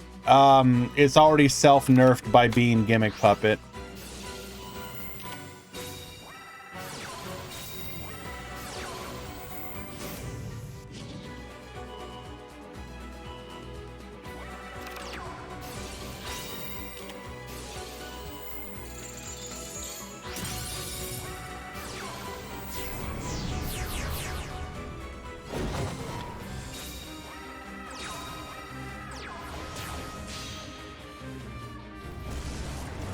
Hey, Profear, is it OTK? I can't quite tell.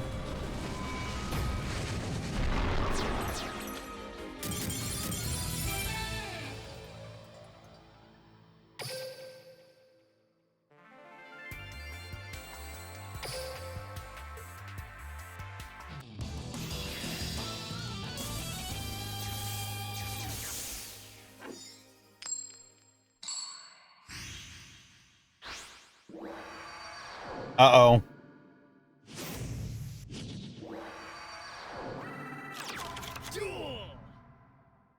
My cat has discovered a plastic bag. She is going crazy with it right now.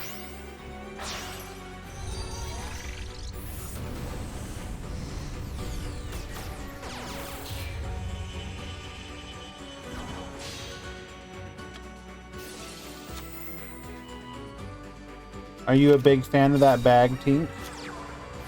Hi.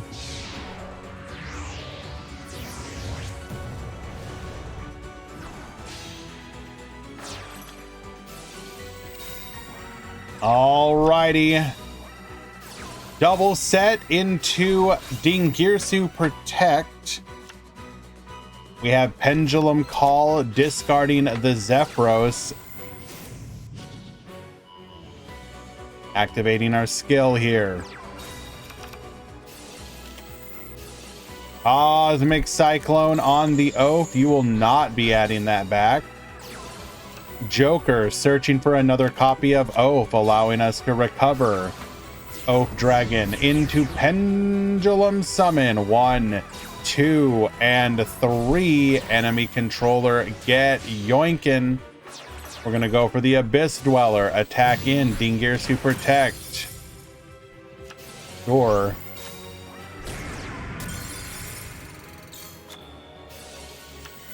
Zephyros returning the scale into a Pendulum Call. Pendulum Call adding Dragon Pit and Wisdom Eye. Scale the pit. Was that actually lethal though? Didn't we still have Dingirsu? Oh, we reduced with, of course. Yeah, it'd be lethal. Unlucky. Gimmick Puppets down.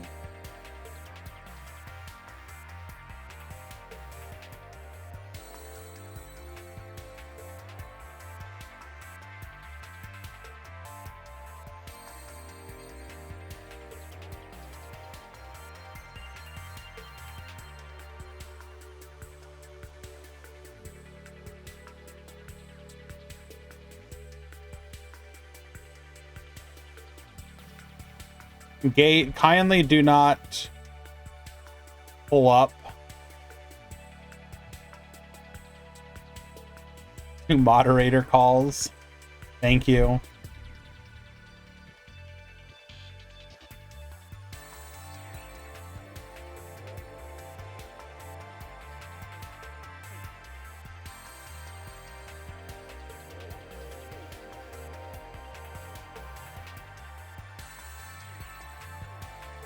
Let us find another match.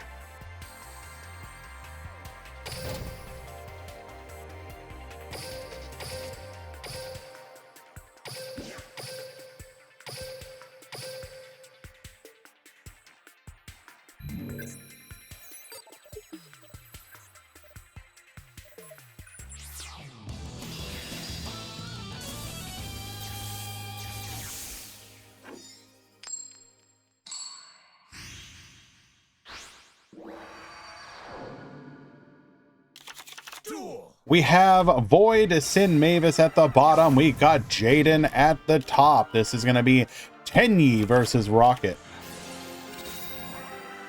Triple set the back row and pass back to you. Vishuda to the field. Warning point to stop it from being able to do anything. Unfortunately, we just don't draw the monsters we need to make our plays. Going into a Monk. Monk bounce the monster. Vessel, send Ashuna. Add Mapura to hand.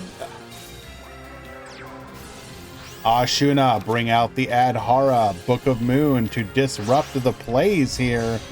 Going for the Shaman. Shaman, send, bring back the Monk of the Tenyi. We will then tribute off our Adhara to grab a copy of Shithana. We will then use the Adhara, adding the Ashuna back to hand. Berserker will be the final summon, or rather final link summon. And what the hell was our back row? Unlucky.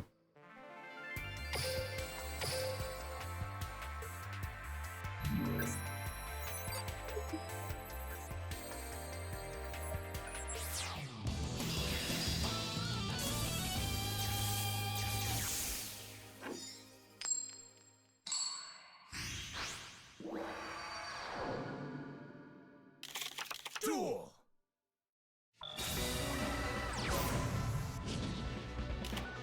No, no meow meows, not today, I'm sorry.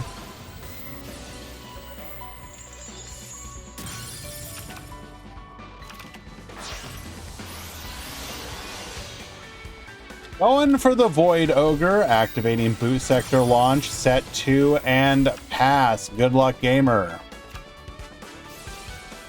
Chithana to the field, into the Monk. Mapura to the field, into the Shaman. Shaman effect, bring back the Monk. 3 effects get Baboostin.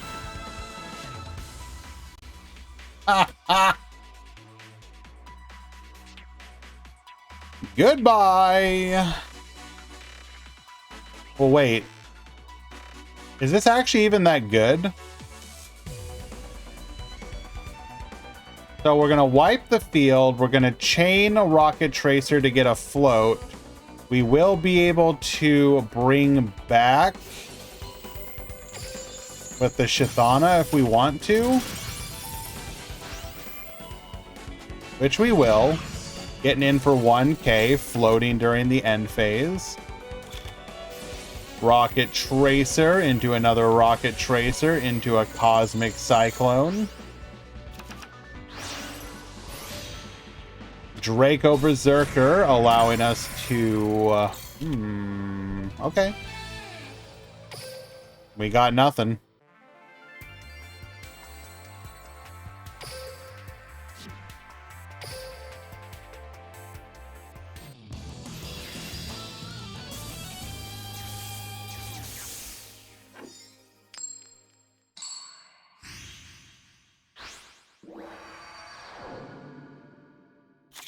Bebu and Ican, you need to check in.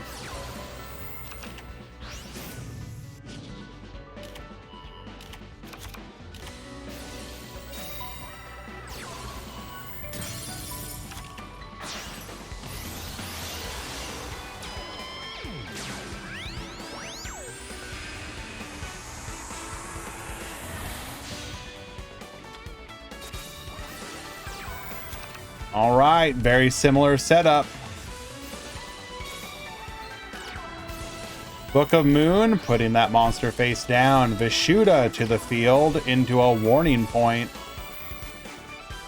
This is actually really good here because you can safely warning point and stop your opponent from being able to use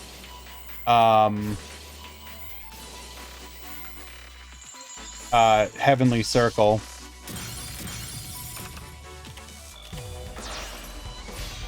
We're going to go for the Draco Berserker here, attacking in Chalice to negate. All right, good luck, gamer. Ashina effect. We will chain the Berserker here. And that will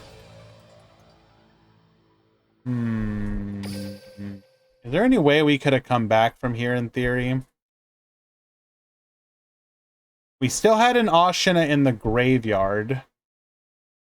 So we would need, like, specifically Adhara to be the other card in hand. Because we could theoretically use Adhara to the... No, even that wouldn't work. I don't think there was any way that we came back from that one. We would need one more card and an Adhara.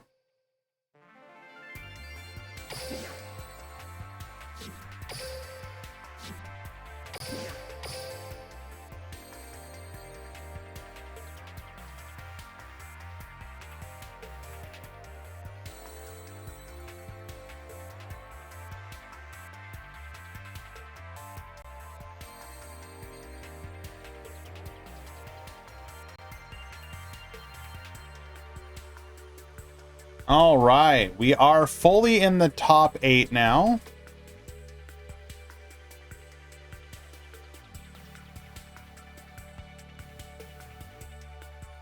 I do think they were running a spell heavier lineup.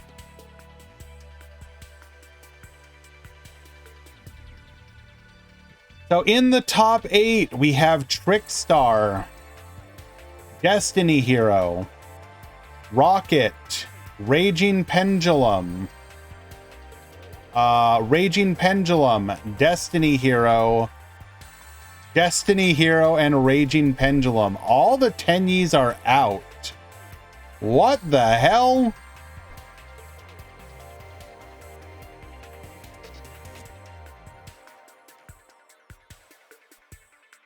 Future tournament? What do you mean, Gabe Rakau?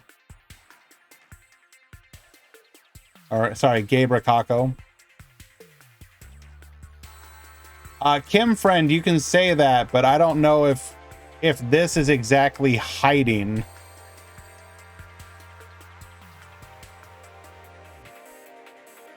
Nah, I think Tenyi... I think it's actually honestly two things. I think it is matchup dependent, and I think it is player dependent. I mean, I know that's kind of a given.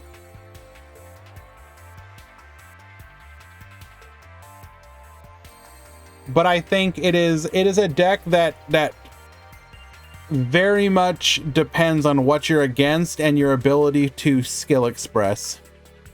Because here's the thing, you may think to yourself, like, you know, damn bro, it can't be that hard. I'm gonna keep it real with you. I consider myself a decent player. Not great, but decent. And there will be times when I'm playing Tenyi and I'm just like, dude, my head hurts. And not even like it's like hard, but I'm just like, okay, wait. Okay, what's the correct order to activate the cards here? It's really easy to mess up your lines, basically.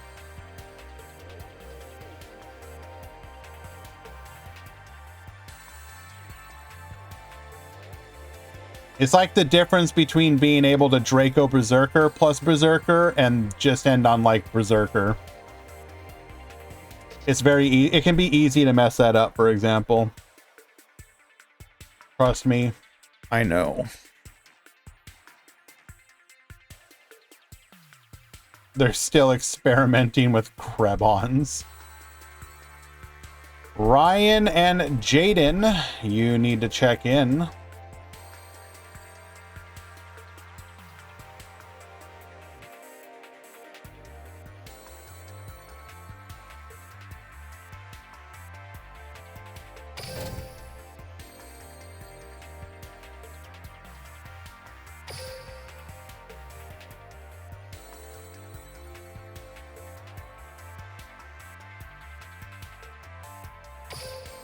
But yeah, I'm not sure what you're asking about when you say future tournament.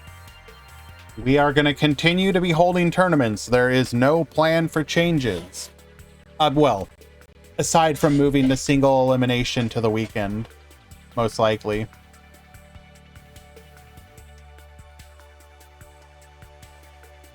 We will continue to host a minimum of 2 tournaments a week, and probably 3 during Rush Duel season.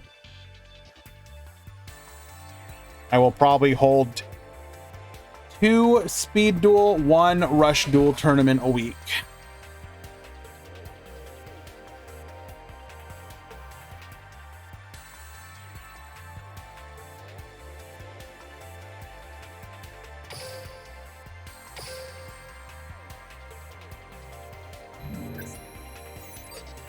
Have I heard the sad DLE news? Yes, sir, I did. That is partially one of the reasons I'm shifting the tournament to the weekend. Or shifting one of our tournaments to the weekend. Duel.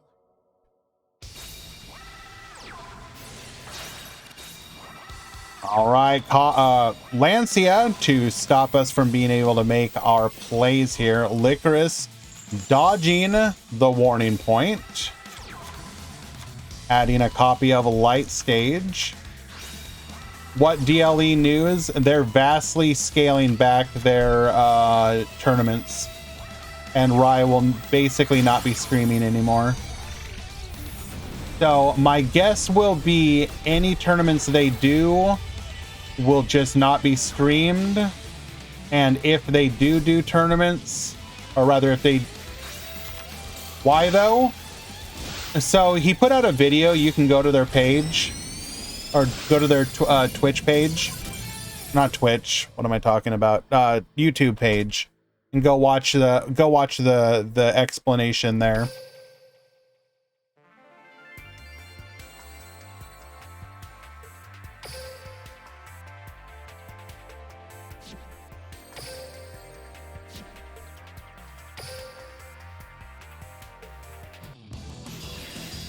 I will also say that I kind of got the impression he just wasn't enjoying it anymore.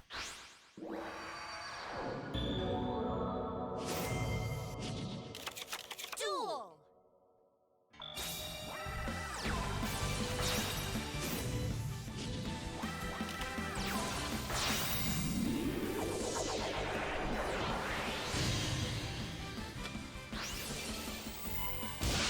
You can usually tell like the health of a stream when you're watching them,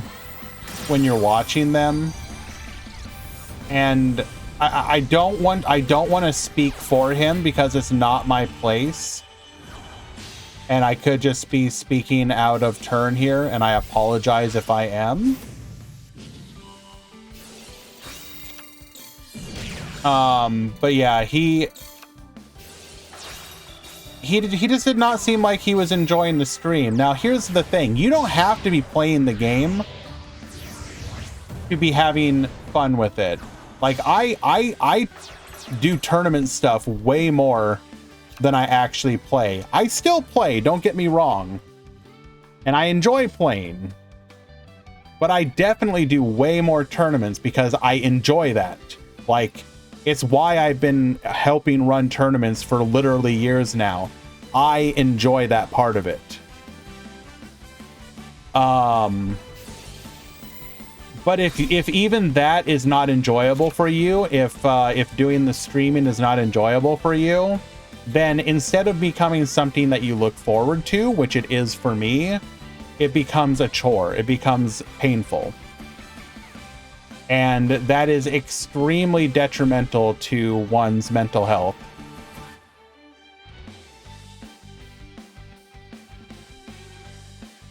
I mean, it's literally classic burnout. We've all experienced it in one way, shape, or form. You can burn out in real life, you can burn out in games, you can burn out of a job. And when that happens, you need to do something about it.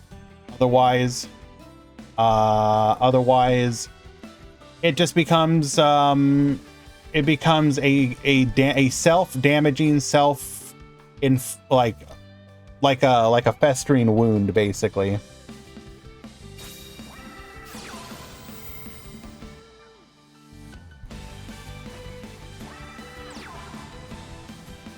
Oh, you don't have to worry about that, Kenpachi. I'm probably riding this stuff into the ground.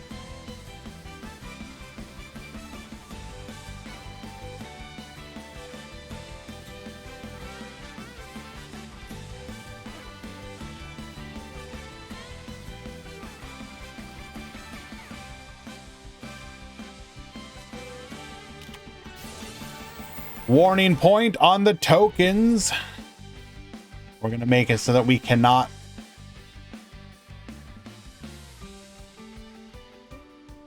use them as part of a link summon or any other summon for that matter.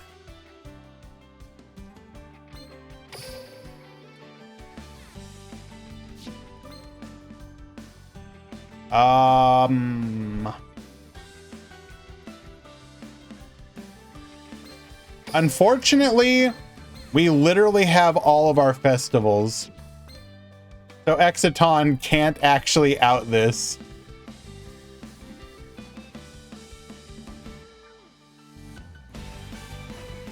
Like, I will also say, by the way, one of the reasons that I was kind of against the everyday tournaments that you were seeing creep up is because of the fact that I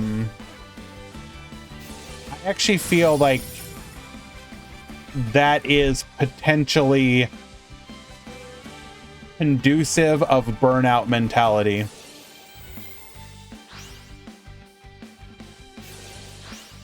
I think if you make something, and you technically already see that,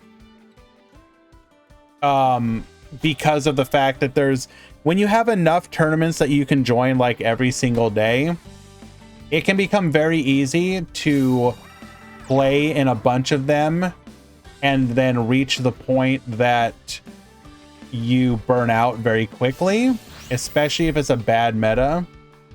Look at Decade, he is also not streaming so often. I mean, that is partially true, although again, I don't like speaking for others and why they are doing something. I think Decade's actually in a weird position because when he was doing Duel Links, most of his streams were literally just playing on the ladder, right? And ladder streams can be incredibly chill. Like you load up, you have fun, you're cracking jokes with chat, etc. But it's really hard to do that with Master Duel, or at least he has personally expressed that he doesn't like the ladder experience of Master Duel as far as a streamer goes. Like he obviously enjoys the game, the gameplay and whatnot, but he has publicly said that he feels that the ladder experience is not fun for the viewer. Which I think is true and not true. There are obviously some viewers who will enjoy it, but your average viewer is probably true. I do agree. And so that's why he has shifted his focus to tournament gameplay, because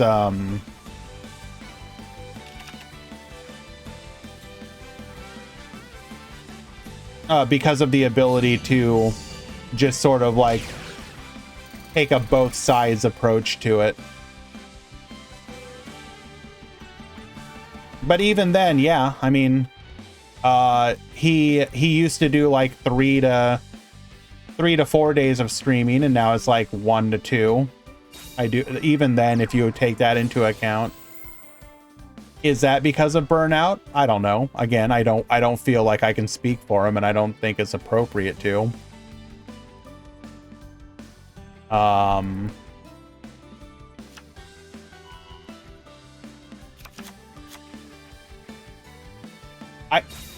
I also think in theory it's potentially possible that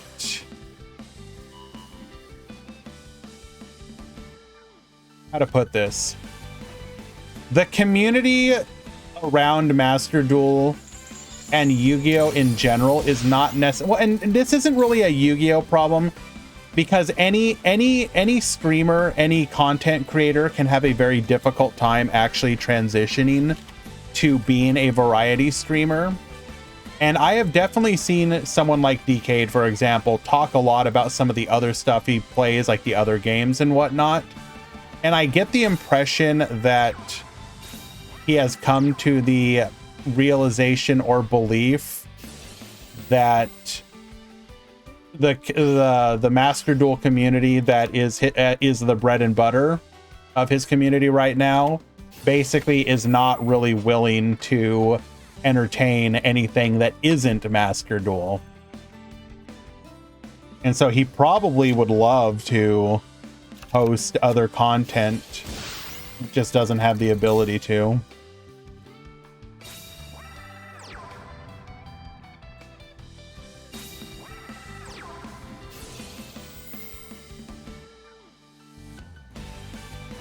So here we are worried about Korobane.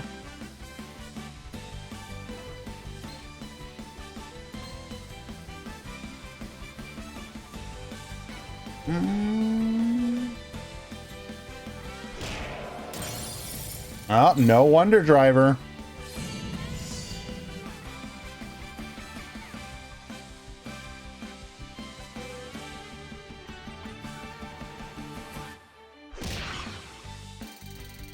Gecko, he will be doing some stuff for Rush Duel, yes.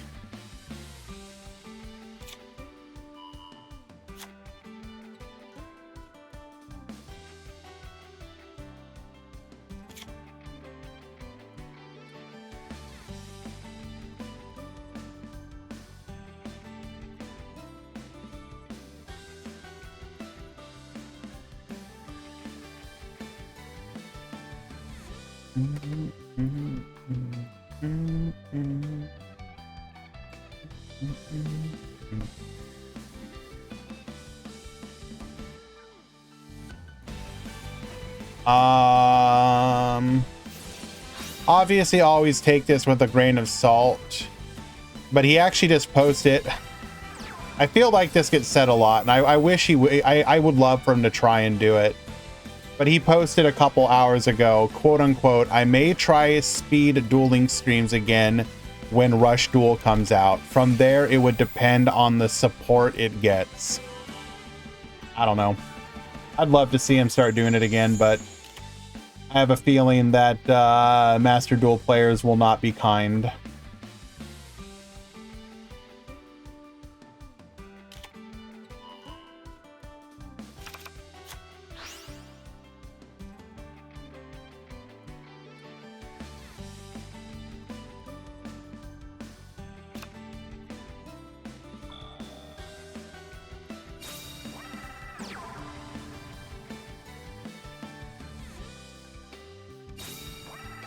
It will get support for sure.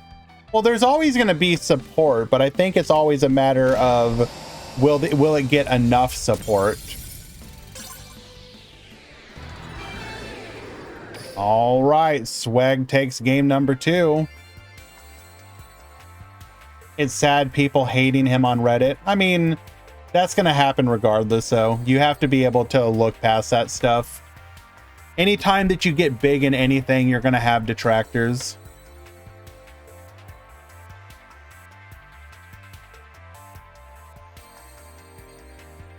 Yu-Gi-Oh! Players can be pretty dedicated to their niche, especially when you're a large streamer. You won't retain most of your average viewer base almost naturally. Oh, 100%, yeah. Did they announce Rush Duel at the date? Yeah, it's on the 28th of September. And on the 24th, Tokyo Game Show reveal.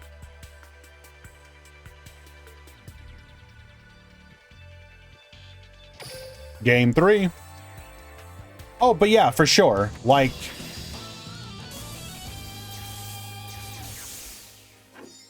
it's weird that Yu-Gi-Oh viewers don't often like to watch the other formats in their game, which was, you want to know what's even weirder about that, Gate? Is that they do, but just not like live. Alcuez, yes, 28th of September. Look at how well stuff like Progression series and even something like the ones that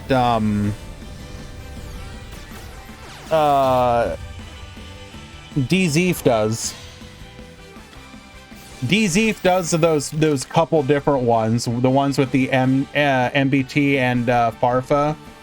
like the roulette and the whatever. Those are literally fake AF formats as well. But those videos do incredibly well. Like, stupidly well. I'm actually shocked how well his videos do. Saga and Roulette, yes. Like, it is honestly shocking how well those videos do. Because, like, I watch them, and I'll keep it honest with you. I like most of the YouTuber content creators, but both Saga and Roulette are so incredibly boring to me. I can't. I try, I watch it sometimes, and they feel incredibly phoned in, right? Like, they are literally phoning it in. I don't know if the editing just works. And also, I'm sorry, and again, I don't mean to rip this. I don't mean to rip this because, hey, get that bag, get that money. Like, good on you for it. But literally, my biggest pet peeve with DZeef's videos is the titles of them. Literally, the titles could be swapped out for any single video. It'll be stuff like, "That's not once per turn," or "There's actually a chance!" exclamation point question mark, or "That's not possible." And you're just like, what the hell does that mean? What does that mean? You're not giving me, like, the entire point of a title is supposed to be like intrigue me. You can't intrigue me with "Thing happened?" question mark.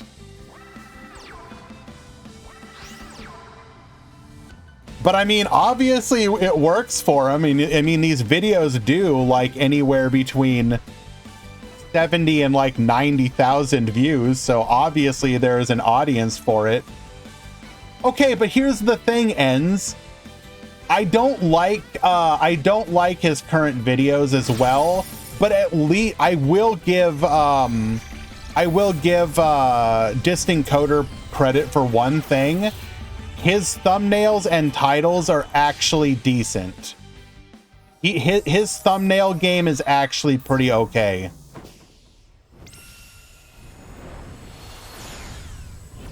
I look at a Distinct Coder thumbnail, and I'm like, okay, I'm actually kind of curious.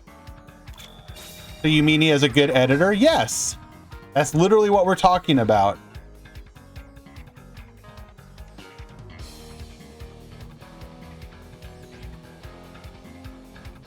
Because here's the thing. He'll do a title. So here's an example of a title that is very much a DZeef style title. "This card does what?" exclamation point question mark. "I learned the hard way ... But at least on the thumbnail, it's like a picture of Chaos Angel with like an arrow, and it says "so broken." But like every single DZeef thumbnail is just like his basic face and then like Master Roulette, and that's it. So it doesn't actually tell you anything.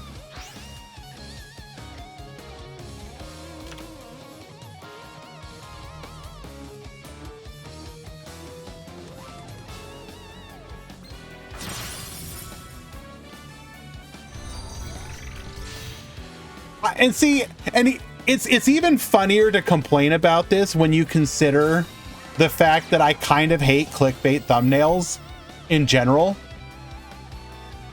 But I kind of feel like if you're gonna go for it, you should go for it.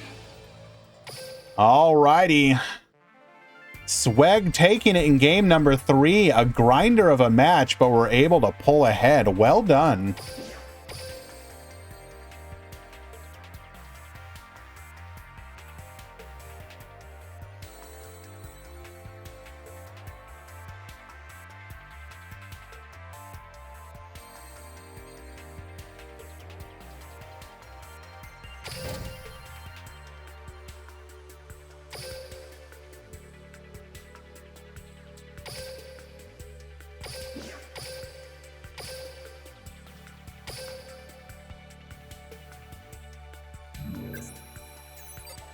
But to wrap this conversation back around to where we started, It's like people on YouTube are down for the for other formats. But if you actually go watch any of these streams live, like DZ when he streams and does like the roulette or saga, it's like, you know, 150, 200 people watching. But then on YouTube, it does bangers. It does like 90K.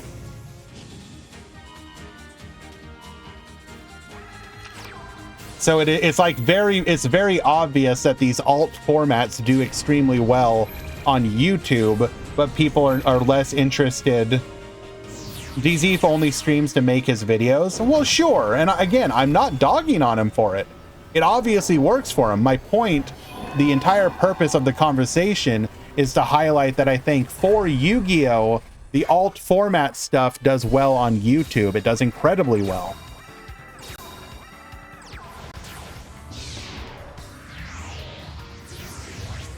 I think alt format just doesn't do well in a live context.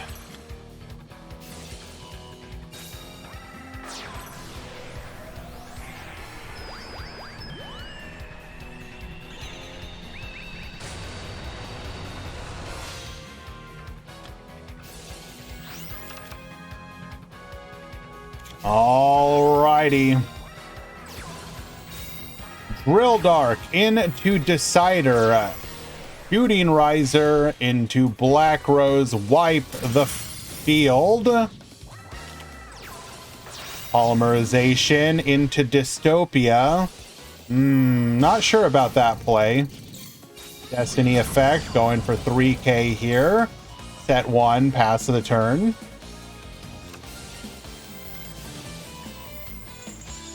We are gonna pop here, hoping that we...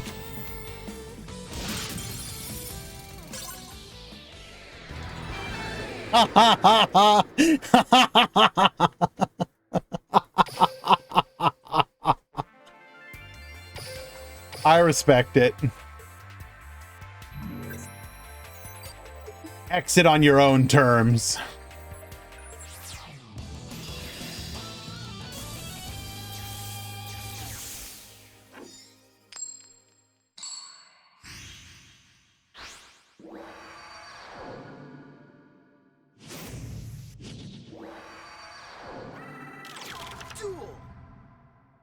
ICANN and Twitch Profure, your match is live.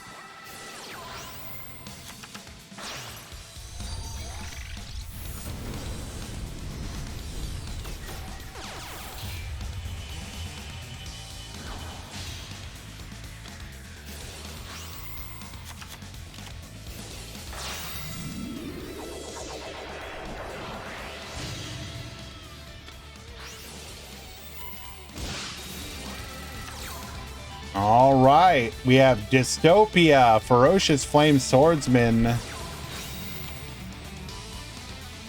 Let's see it. And double back row. Dragon Pit, Oath Magician. We're gonna go ahead and activate our skill here. Oath, add back the Noble Dragon. Force out that back row. It is a Book of Moon. Scale the pit again. Bro, that is so disgusting. Double Dragon Pit. Not even once per turn, by the way.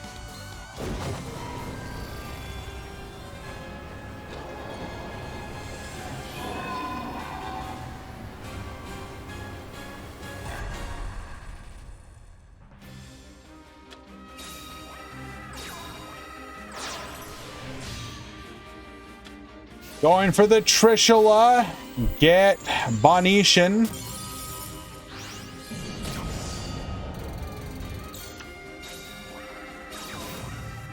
Destiny Effect. And bring forth the Malicious. Pass the turn. Our one hope. Bro, are you kidding me?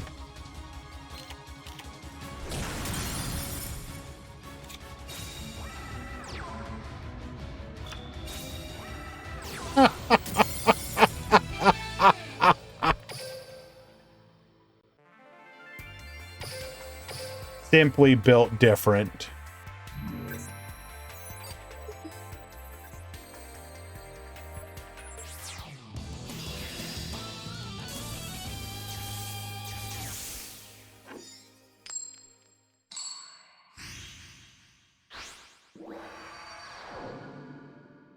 Twitch Pro Fear is in fact in the top 4 right now.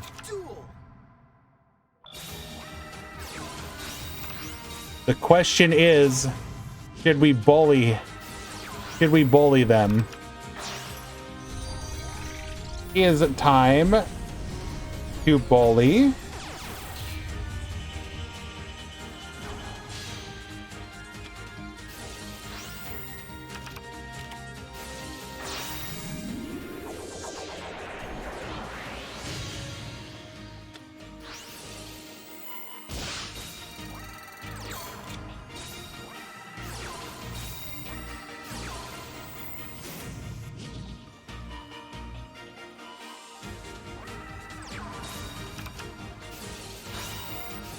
Dragon Pulse, we're gonna get Pop in here.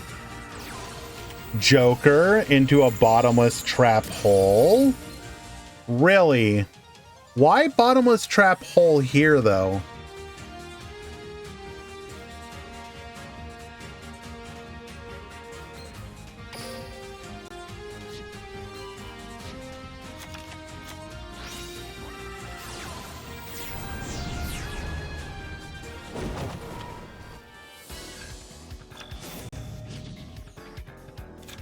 Wouldn't it have been better to...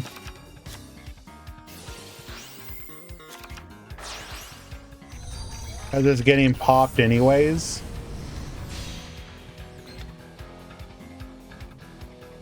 Wait. Would it have been? Didn't we already pop?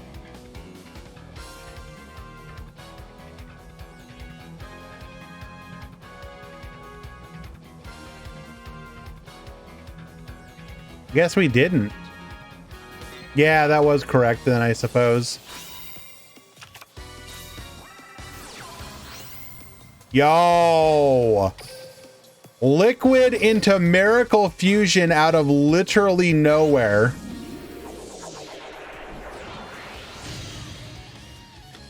Sunrise effect, Liquid Soldier, draw 2, discard 1, Celestial, draw 2 more. And L Icon taking game number 3. Well done.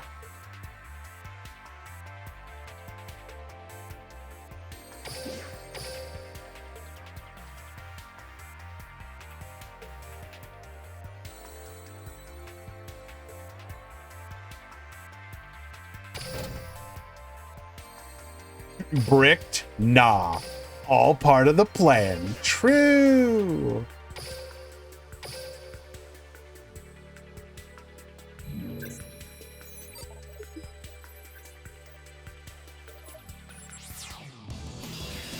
Swag and Jaden, you need to check in.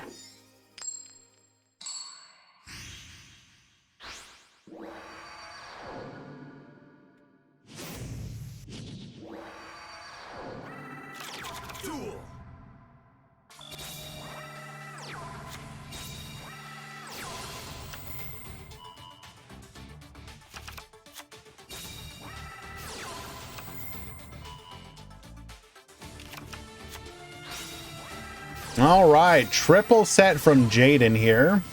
I may have spoiled things, but we're going to enjoy it anyways. Ryan at the top.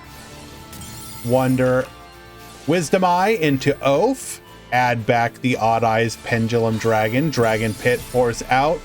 Hitting the needle ceiling. That is a fantastic hit. We're going to hope that there's not another one. We will get hit with a warning point, however. Not as devastating, but also puts us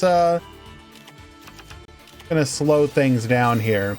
Boot Sector launch, Book of Moon, Rocket Tracer chaining, allowing us to get into a copy of Metal Rocket Dragon.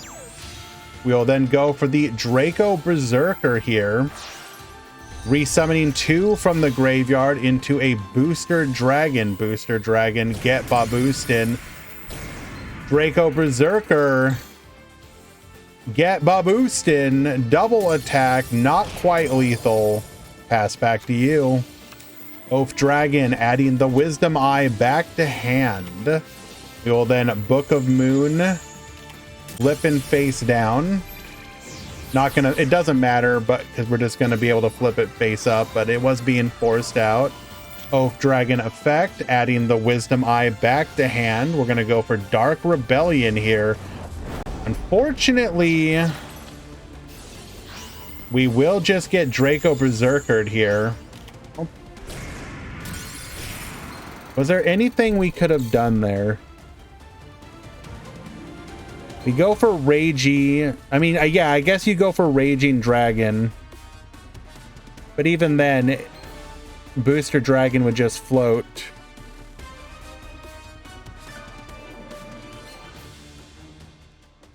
But, so I think that was a potential misplay.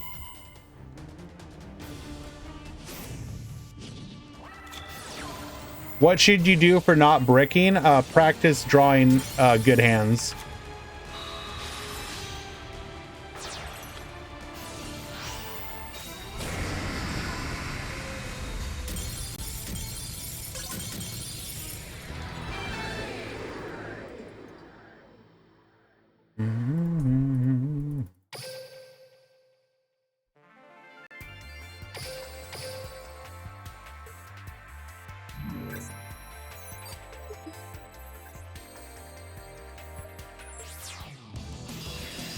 It happens, Ryan.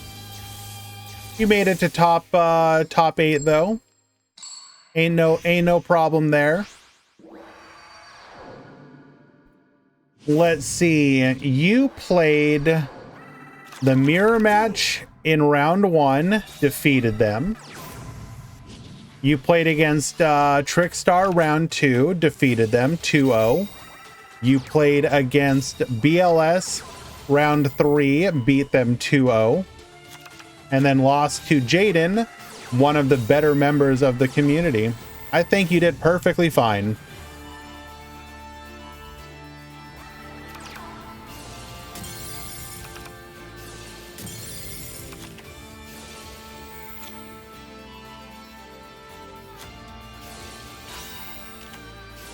All right, IDP here. We are actually going to be able to get use of it against a Pendulum deck, which is fairly rare. Pendulum 1, 2, and 3. Book of Moon, flipping the Wisdom Eye face down. We're going to go for Volo here in defense position. Silver Rocket Dragon into a booster. We will then boot sector launch. Popping the field spell. Oath Dragon, adding the Wisdom Eye back to hand. Misclicked that, wanted to click on Nightmare.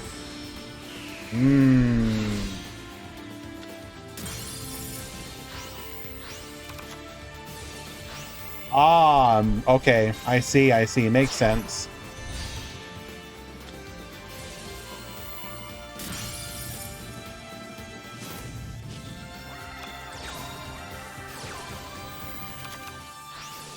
Rocket Tracer, get poppin', bring forth the booster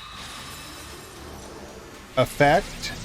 Borreload Furious Dragon will return to the field. And we're actually still playing Malevolent Sin. Malevolent Sin, there's a throwback. Banish, attack 1, attack 2. Lethal. Well done.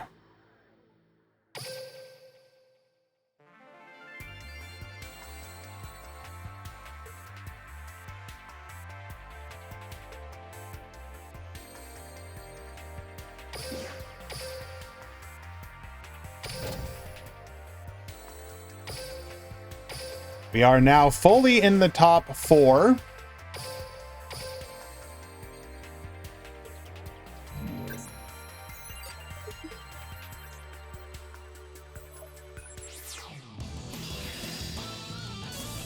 Nah, man, I love, even though Malevolent Sin is on the way out, I am so incredibly happy that card got so much time in the spotlight. I love that. To be fair, I am partially spoiled by Jade Hext and how much I loved hearing him do the call out for it. It's creepy. It's crawly. Number 70, Malevolent Sin.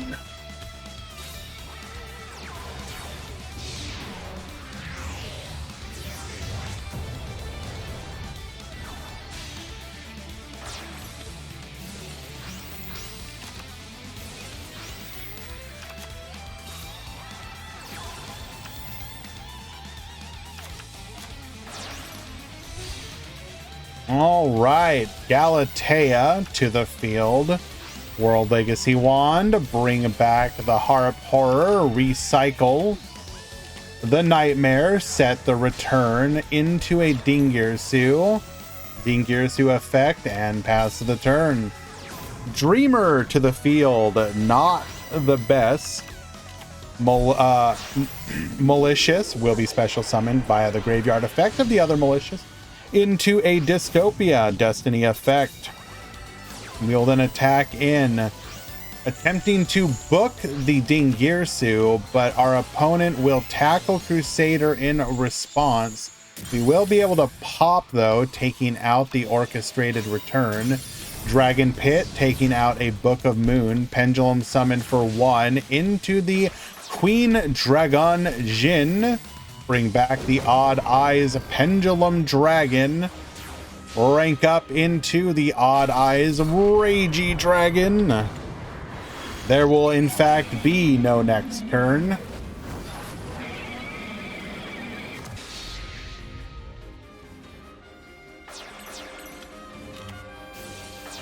Or perhaps there actually will, well, no, okay, it's still lethal.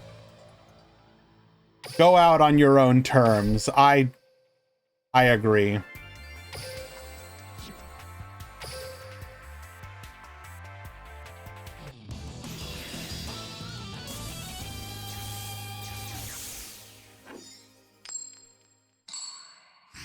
Please no.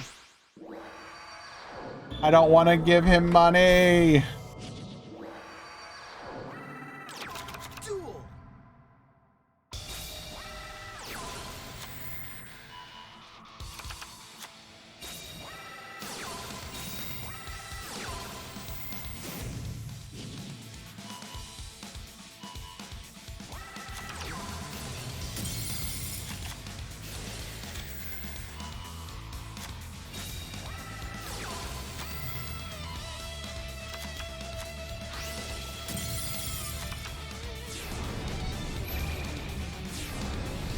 Why Cursed Grand? Why not?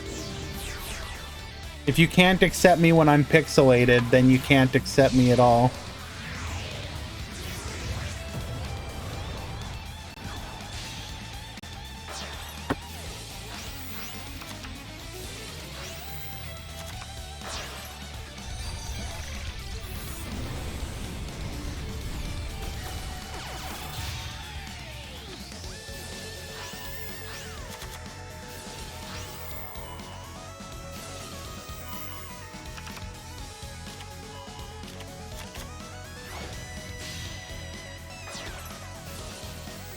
All right, same setup. Can you beat it? Drill Dark into Decider, activating Destiny effect. Plasma one time. Come on, Plasma one time. That's all we ask. Plasma one time.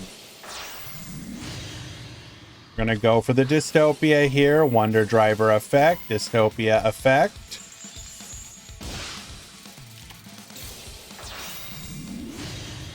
Into a Sunrise effect, into a, this is okay.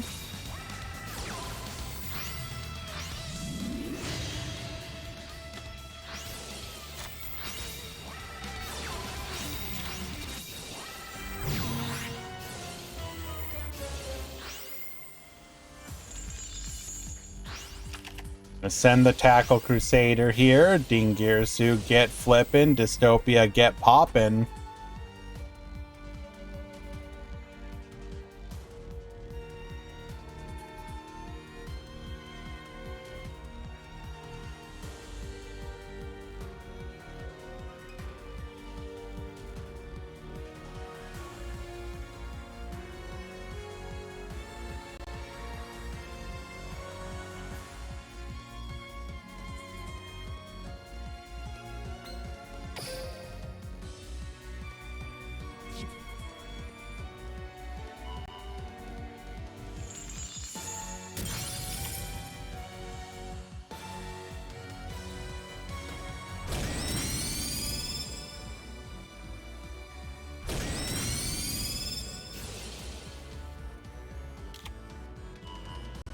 Sure, send it.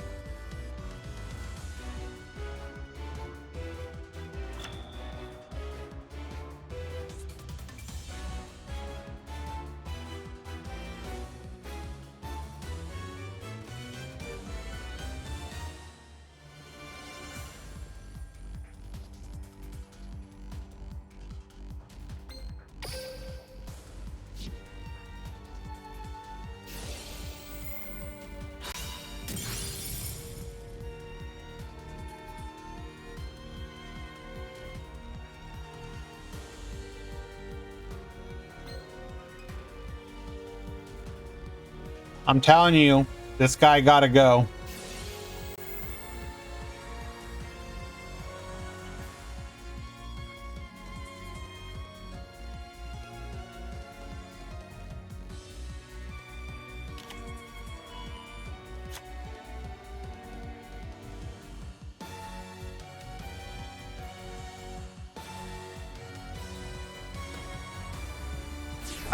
Jaden, why do you specifically have that part of the screen covered up?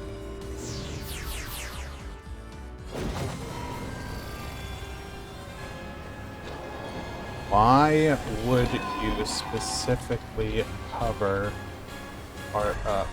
The part that lets me know whether or not it's a replay or not.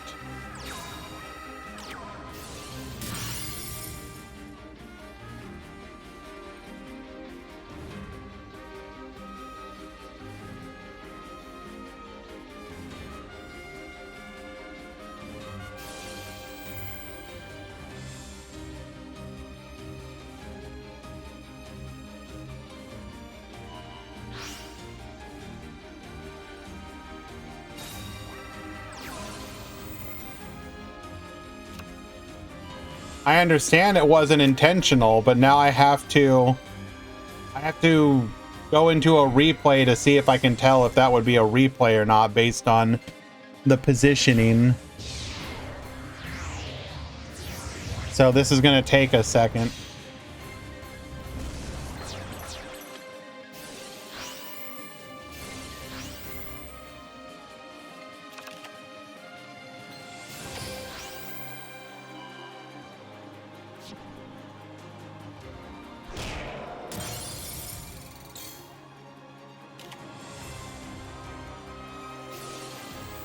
Dreamer, protect.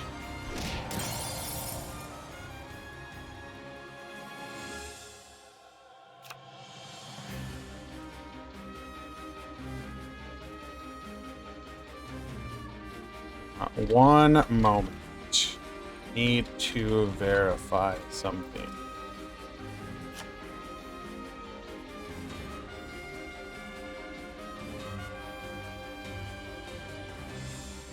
It's not a third, it's not another monitor. I need to get into a replay match.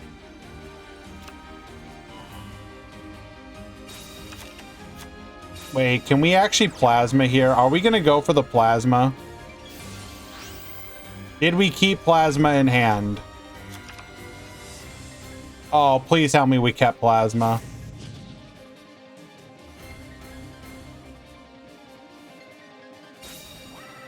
We did not keep plasma. Wait, this is still lethal though.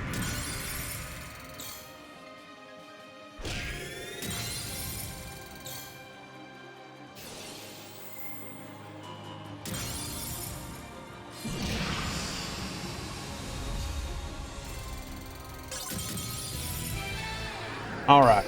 Now I need to go into a replay to verify something really quick. View replay. I need to be able to tell if I can see the button from a certain position.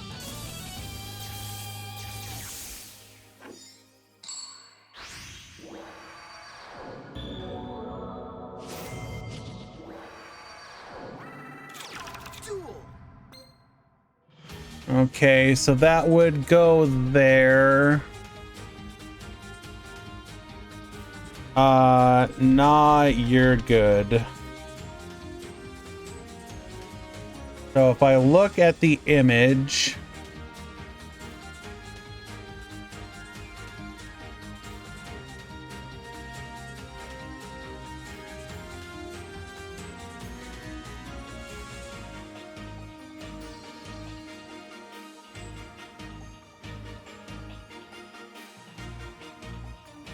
you would definitely be able to see if the button was there in a replay.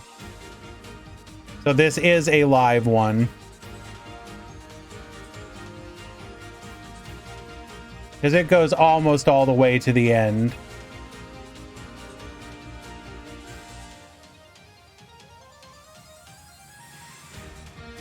Okay. Yeah, you would definitely see the fast forward button. So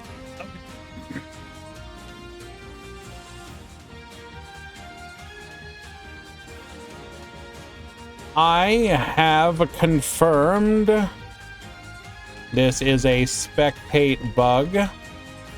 Restart that game.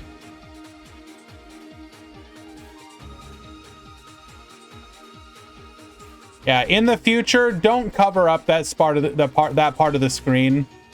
I need to be able to tell if it's a replay or not.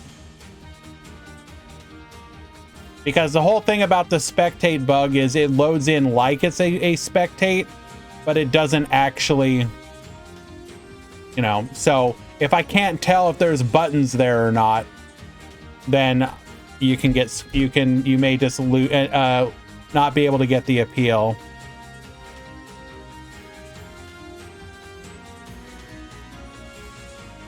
The aspect ratio is different on mobile. Are you really gonna make me? Oh my god. All right, chat. 1 second. In the interest of being completely fair,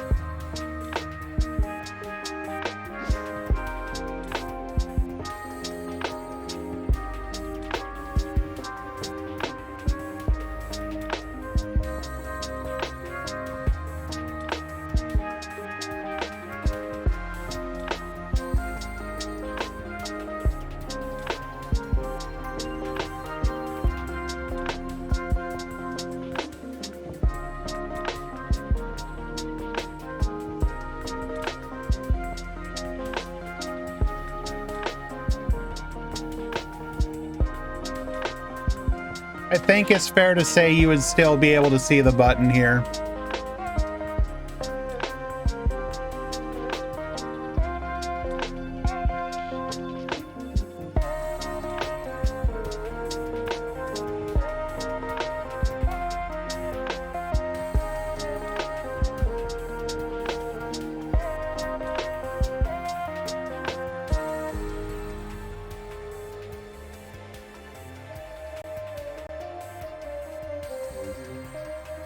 Okay, ruling stands. Restart the game.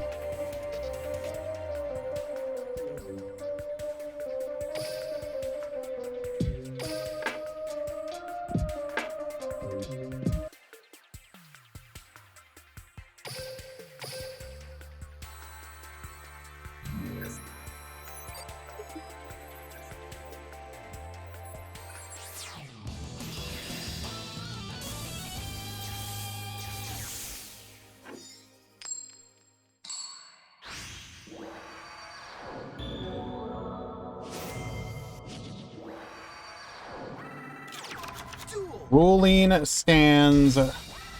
Game does not count as it is a spectate bug.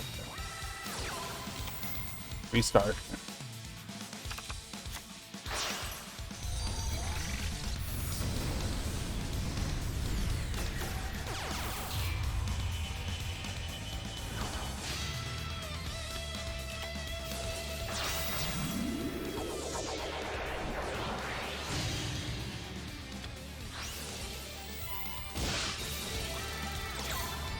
All right, so we have a pop into one back row. Dragon Pit Magician into Oath. Activating the skill here. One set Dedge. Yeah, unfortunately. The only way that that would have been a good one set if it was like specifically Cosmic Cyclone.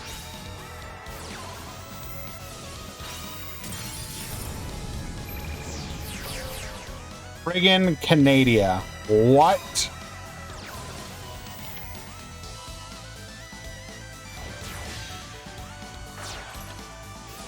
Going for the Jin. Bring back the Odd Eyes. Into the Raging Dragon. Off the field. Flame Swordsman float.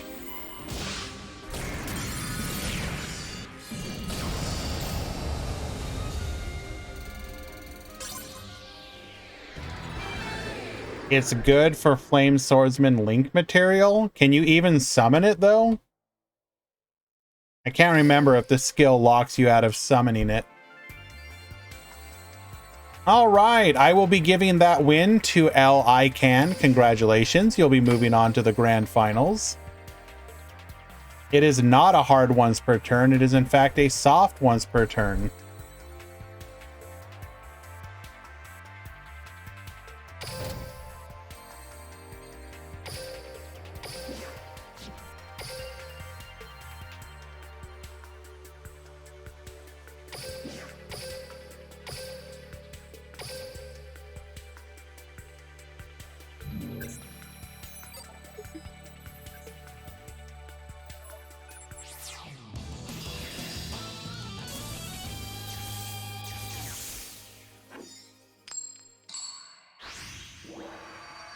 So one of these will be the bugged game, I believe.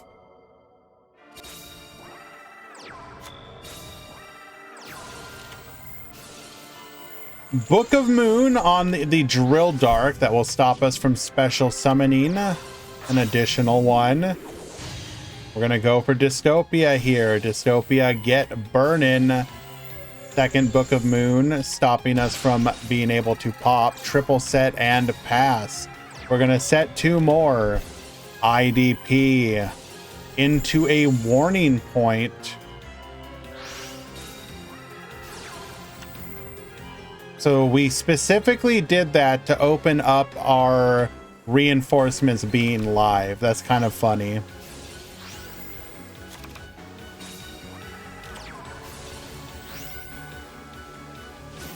Will we actually get to play the game here?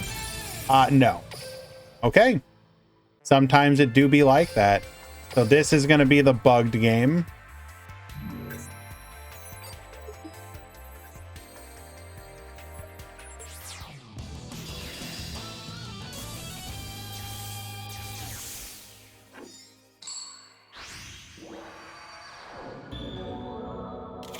Duel.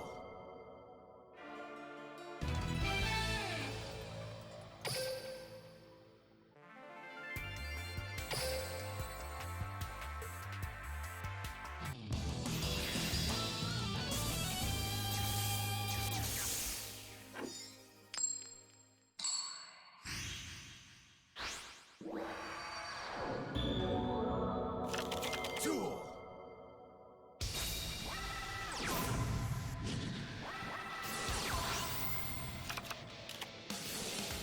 All right, polymerization into dystopia. Dystopia, burn, malicious, bring back the boy. Destiny effect, get Baboostin, double set and pass a turn. A Book of Moon, flip it down. We're gonna go ahead and chain pop just to be that guy. Rocket Tracer into a quick launch, must be nice.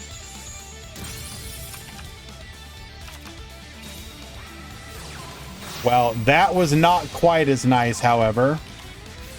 Warning point will eat a negate. Expendable die will not be able to be negated. We will then float during the end phase into a Rocket Tracer. Warning point. Rocket Tracer. Chaining. Getting another body on the field. Destiny effect. We're going to search for a copy of Plasma. Send one back.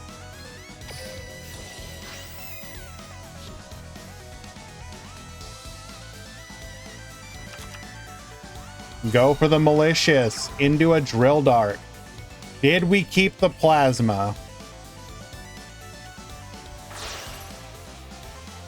We kept the plasma.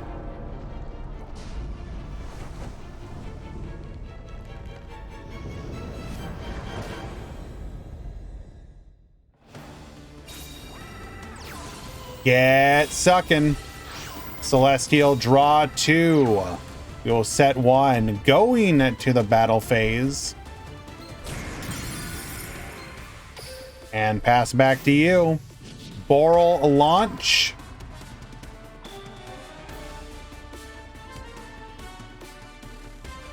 It's going to be really hard for us to come back from this.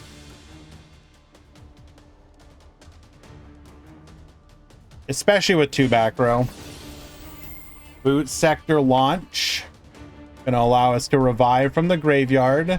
That will trigger the Dillinger's Dragon as well.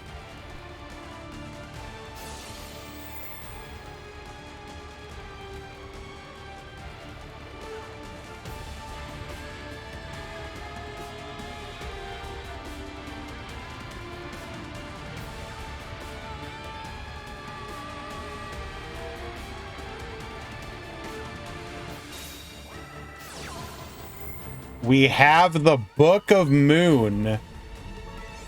Okay. Hold. Hold.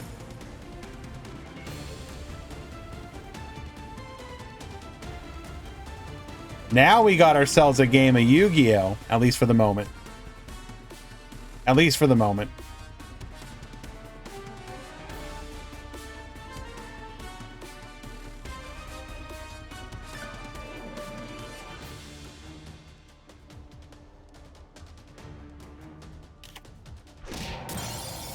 Going to the battle phase, we are going to be able to successfully destroy the plasma.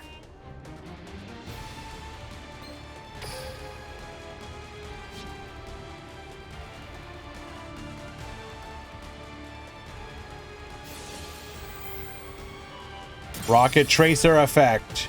Destroy the Dillinger's Dragon.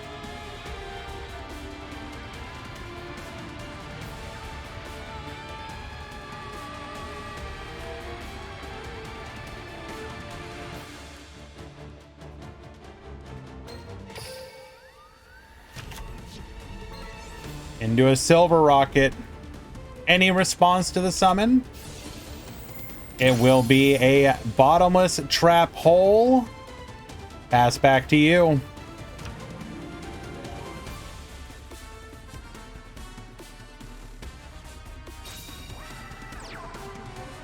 Oh, that is just rude.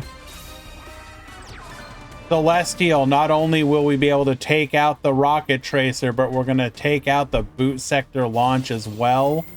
Likely forcing the rocket tracer activation to at least get a body out of it.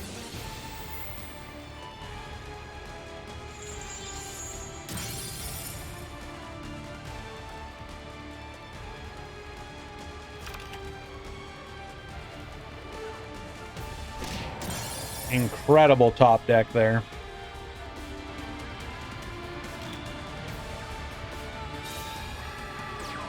We're going to set one.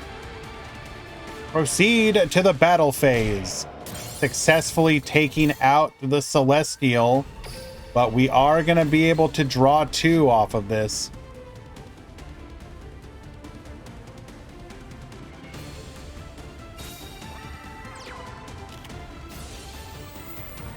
Activating IDP to just to yoink the Celestial. Oh, incredible.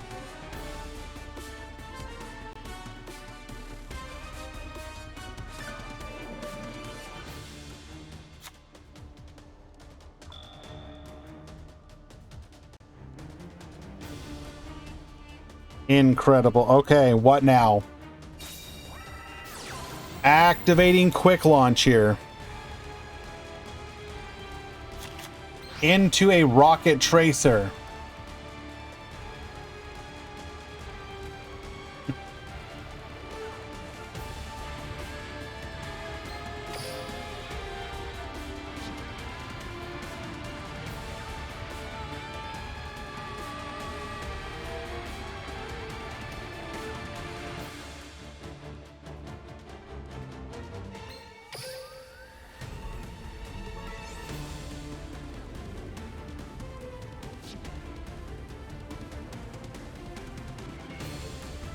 We'll keep in mind that Rocket Tracer can't attack because of quick launch.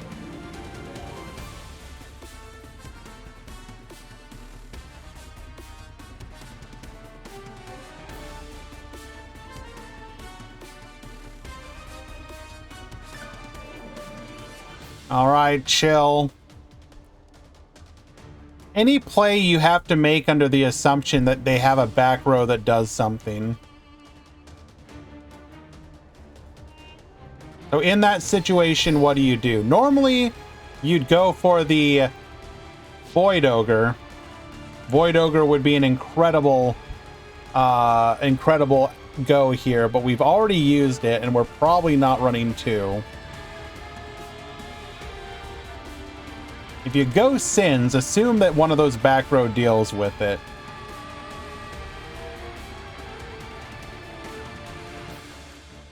Like, same with literally any play. Wall of D one time.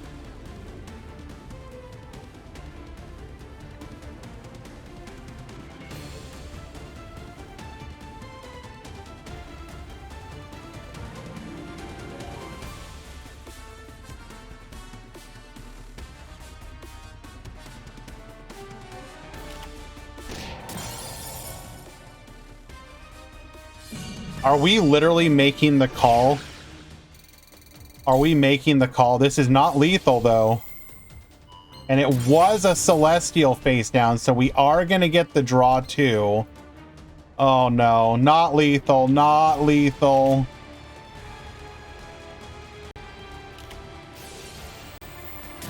Bottomless trap hole once again.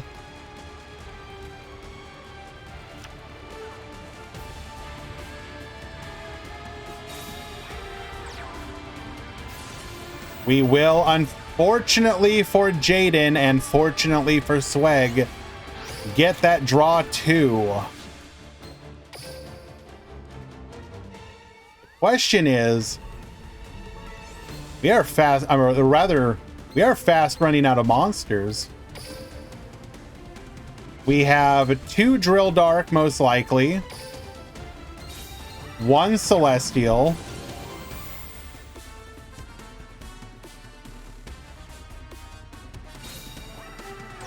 Drill Dark. It literally top decked double Drill Dark off of the Celestial draw.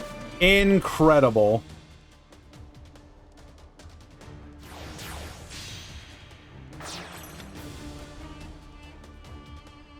Into an Abyss Dweller? Wait, what? Really?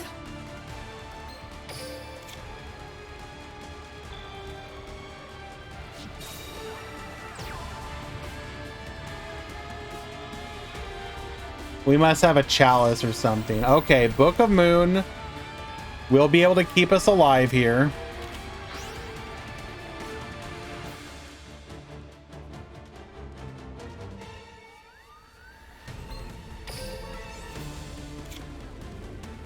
We will be able to get another draw 2 here.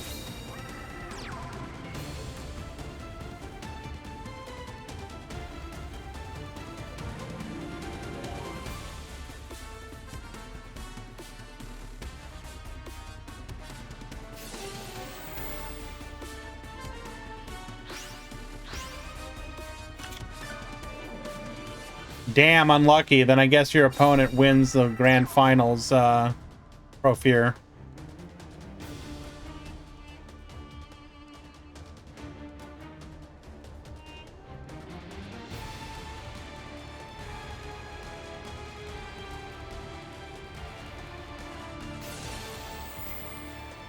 Dweller effect, no float. Getting in for 17 and pass the turn.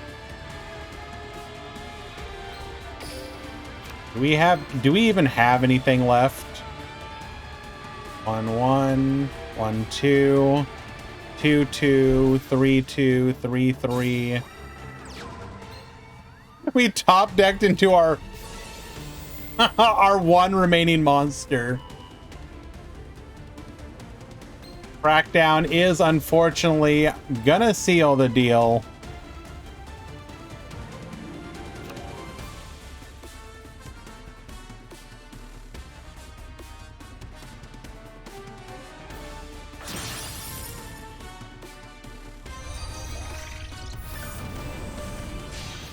Going for the Nightmare Phoenix, and that will get the concession.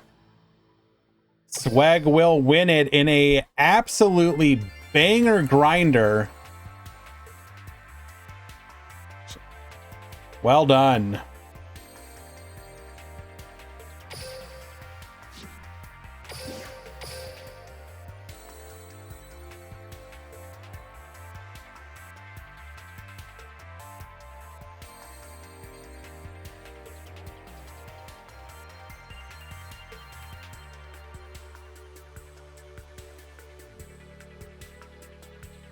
Now that was a fantastic duel.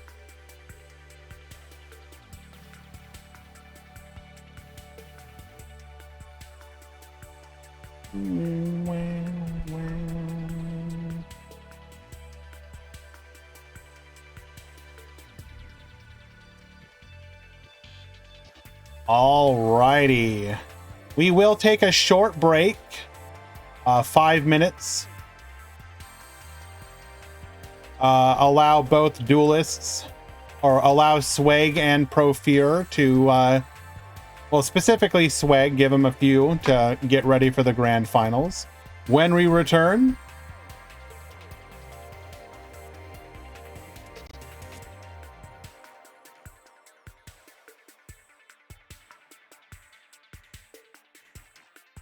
you may take a short break before grand finals.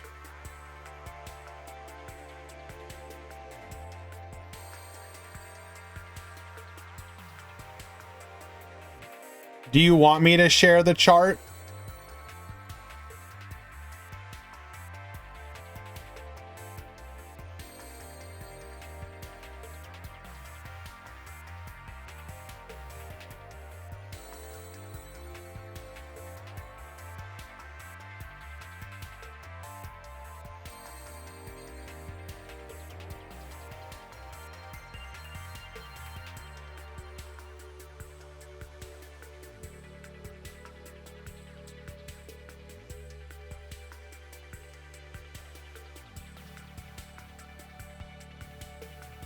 Yep, feel free to take a short break.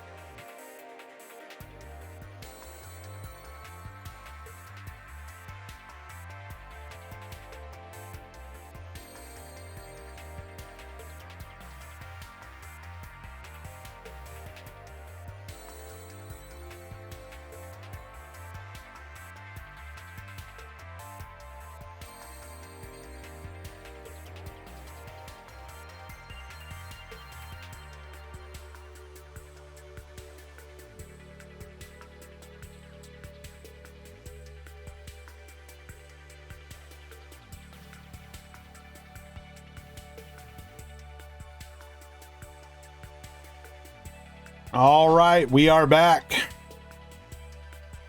Thank you for your patience, everyone. As you can see, here's the breakdown for today's tournament. And despite Tenyi being the most entered today, they actually did not even make it to the top 8. Despite also being 5 of the top 8 yesterday.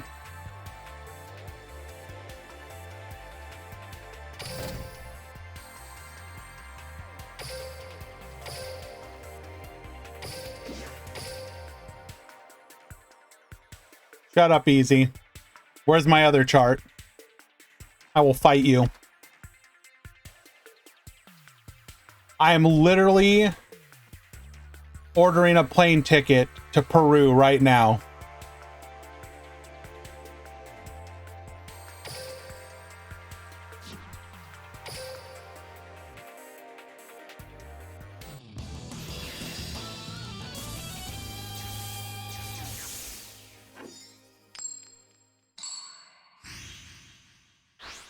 Alrighty.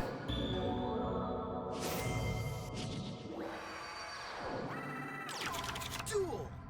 Swag at the top, Twitch Pro Fear at the bottom.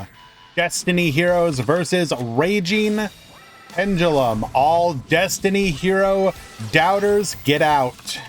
You don't belong. Only believers here today. What would you call pure BLS? That's actually a good question at this point, Yami. I would actually say, realistically speaking, Magistus is the pure version.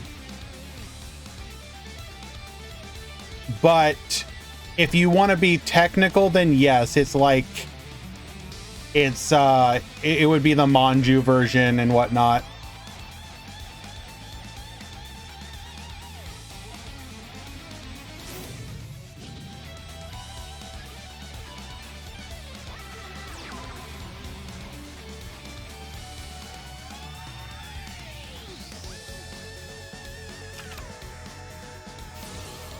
The thing is that, as a general rule for your average player, the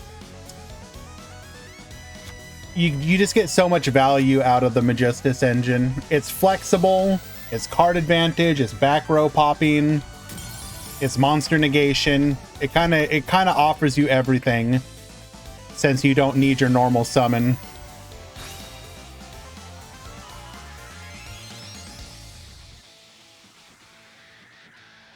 We're gonna go ahead and force out that back row.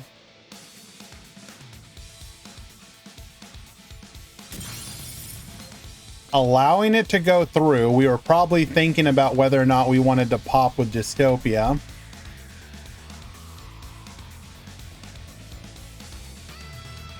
But we allow it.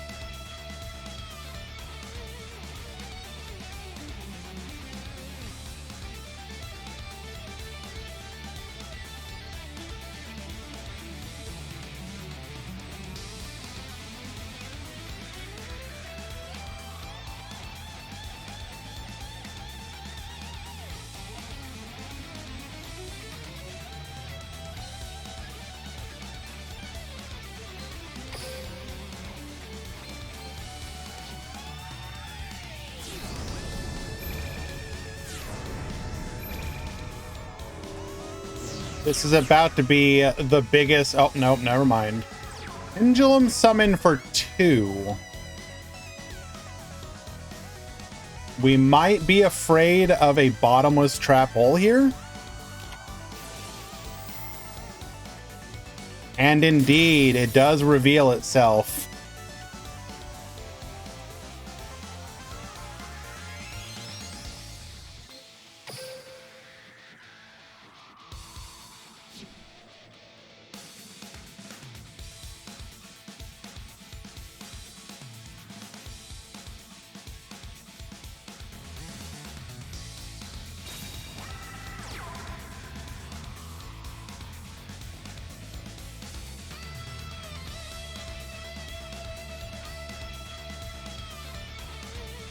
No Tenyi in the top 4? Correct.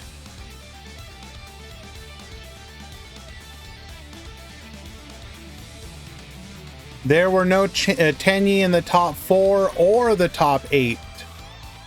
Top 16 is the last place they were today.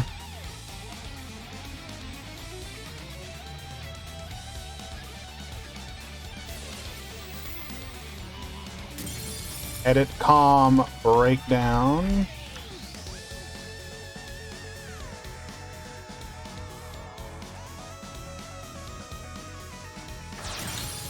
Well, keep in mind, Crest, that yesterday top 8 had 5 Tenyi. So it's kind of interesting that it's like a boom or bust. Going for the Flame Swordsman here. Summon the Decider.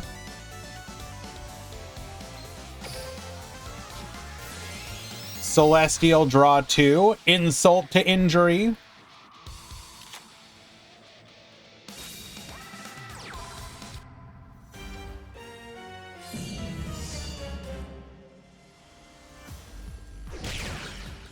$1,800. Dystopia pop. 28 lethal. Swag will take game number 1.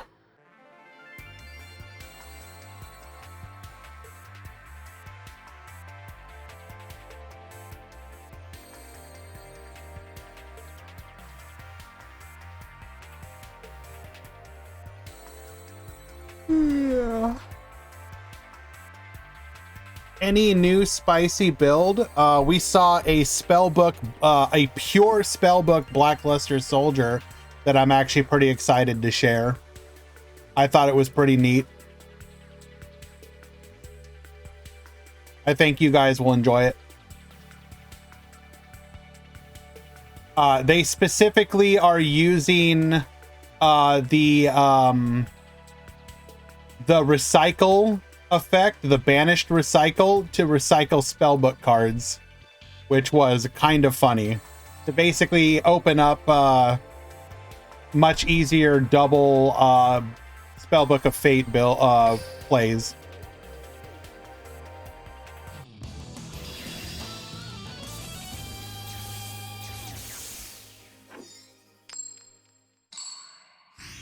All right, Profear going first this time. Duel. Summoner's Art, adding a copy of the Dragon Pit Magician to hand. We will then Pendulum Call, sending the pit, adding the oath. We will then scale the oath, scale the pit. Activating our skill here. Yes, activating the armpit. Show me them pits, show me them pits.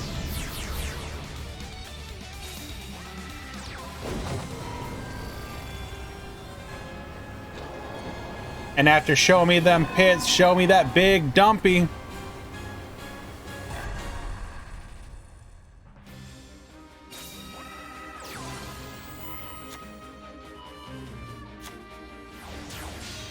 All right.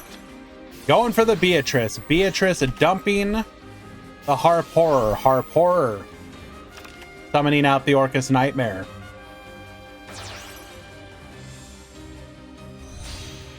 We will then go for the Galatea. Galatea dump Wand. Wand resummon the Harp Horror. Recycle the Orcus Nightmare. Set the return. Activate the return. Draw 2 more cards. The value train just don't stop. Summon the Dingirsu. Attach the World Wand. Set 1 and pass the turn.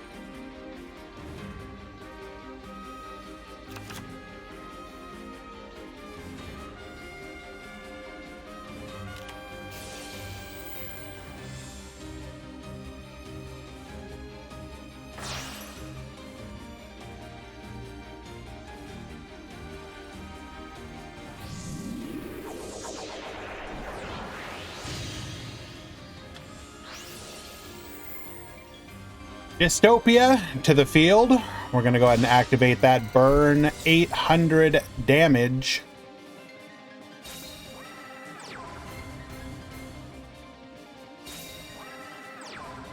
We're going to set 1. We are going to set 2. Activating Destiny effect. Go to the battle phase. Ain't gonna happen, Serena. Ain't gonna happen.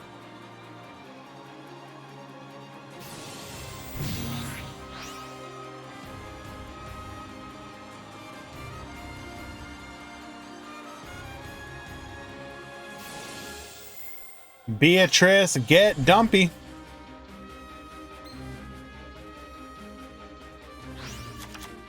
Sending the Stego Cyber. Interesting.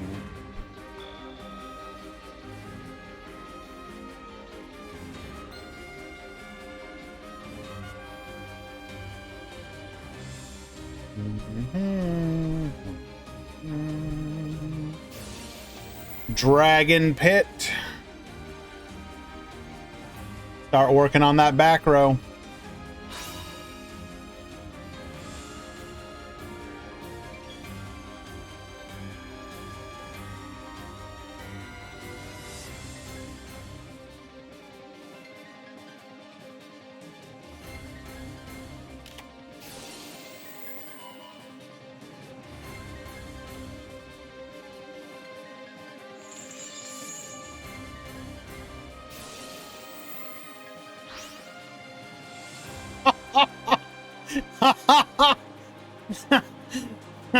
That interaction is always hilarious. Yoink the Dingirsu, protect the pop of the crackdown with the Dingirsu.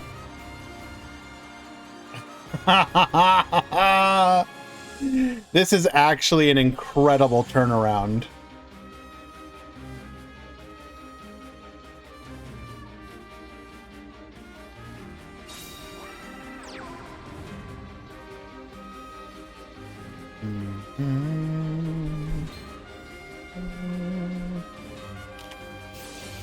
Warning point, negate.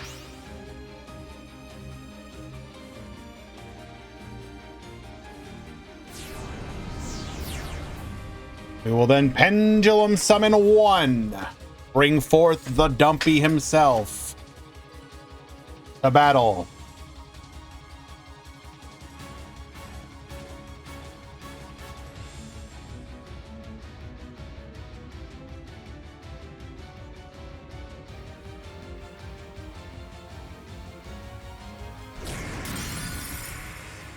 Pendulum is cringe, change your mind.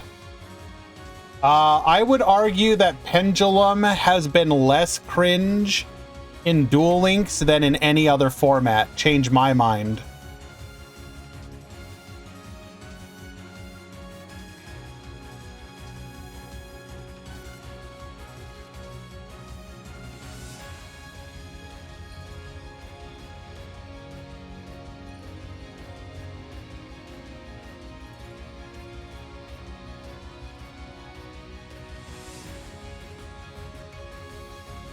It's still cringe to this day. We're talking degrees of cringe. I want you to rank from most to least cringe, format-wise. So that's going to be, you know, OCG, TCG, Duel Links, Master Duel. With those as the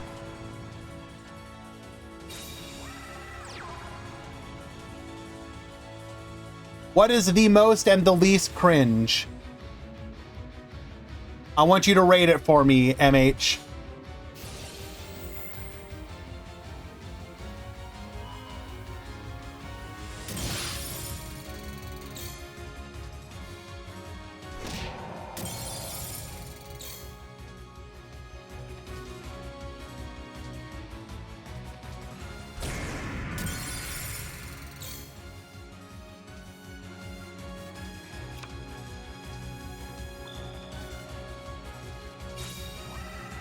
Do you think Duel Links is the most cringe version of Pendulum?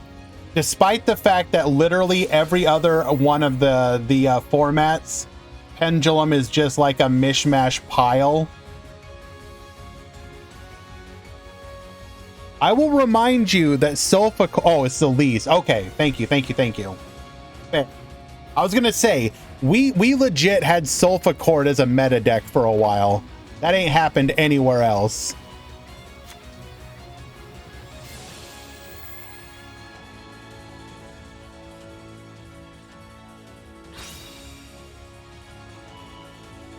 Forcing out that back row.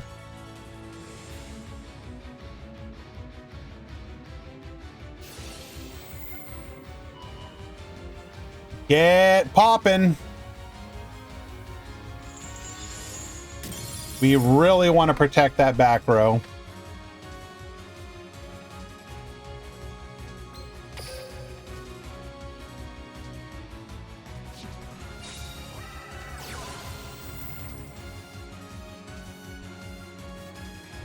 You do not have another one.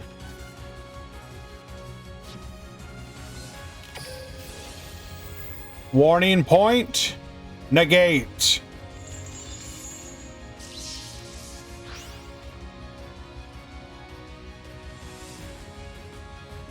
You hate the... I mean, that's a common complaint against the mechanic. I will agree.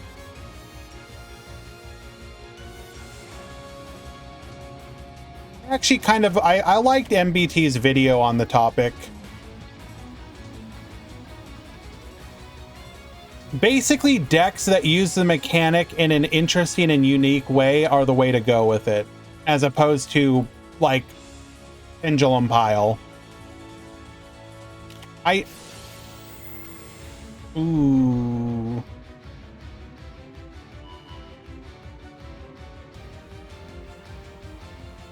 Okay.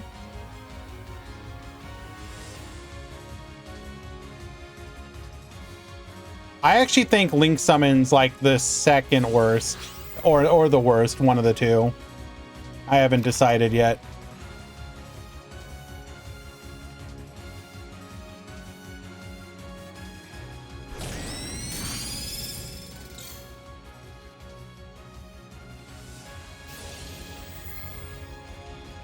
I think there's a reason Link Summons are the most like banned card type in the game. Or sorry, extra deck type in the game.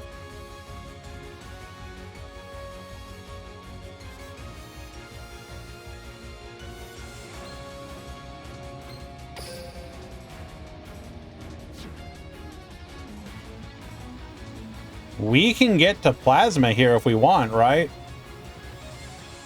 Question is, do we want to?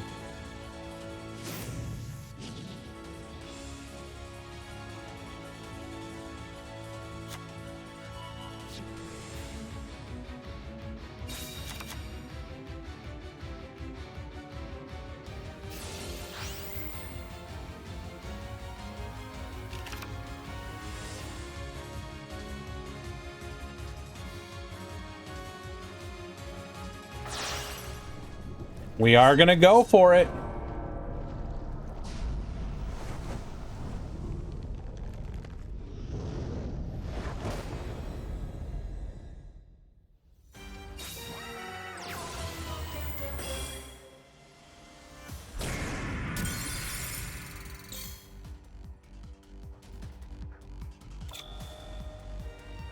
The thing is, there are plenty of cards that actually out this.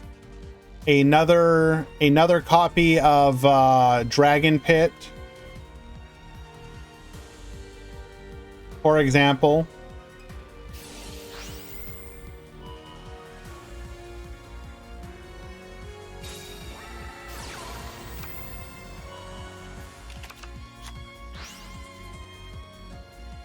Dragon Pulse.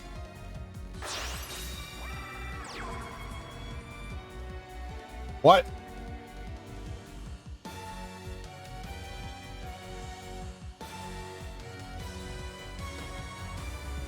What?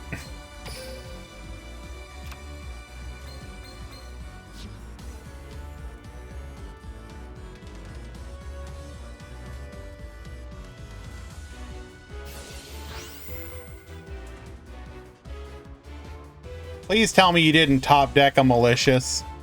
It's gonna be hilarious. Okay.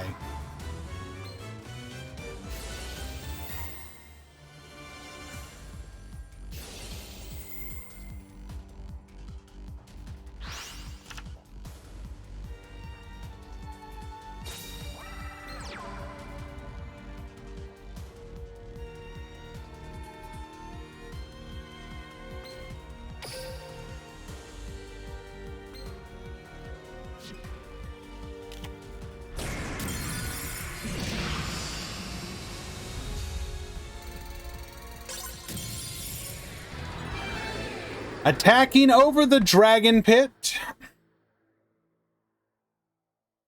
I'm confused. If we had the pit, did we just not have the material to pop? Couldn't we have popped the attached Beatrice?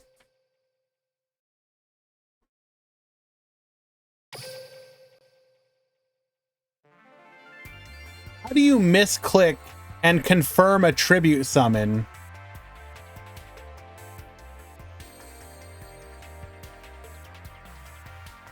You literally have to click on both of the monsters.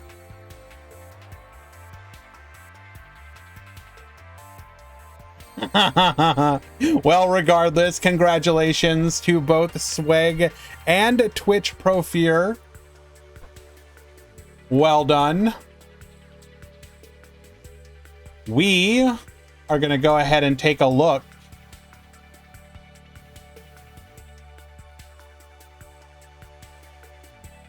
at some of these deck lists.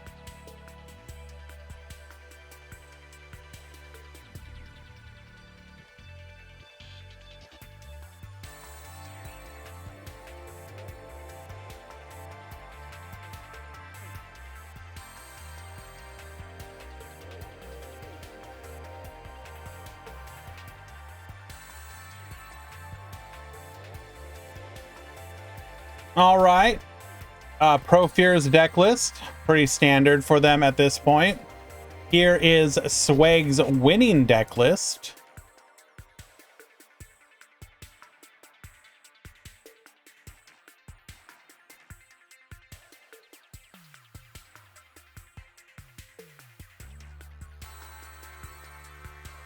One expendable, two bottomless, triple warning, triple crackdown.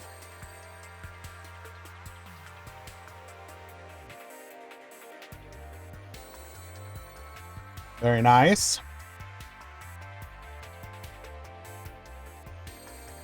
Anything interesting or noteworthy here? No, that's fairly standard. I think Evil Swarm's kind of unusual.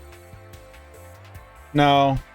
And regardless, well done, Swag. We have Jaden on Rocket. Triple Needle Ceiling.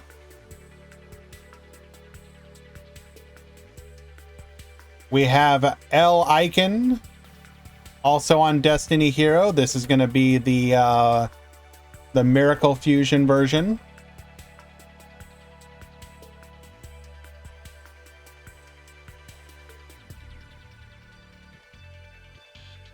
We have Absolute on Hand Trap Trickstar.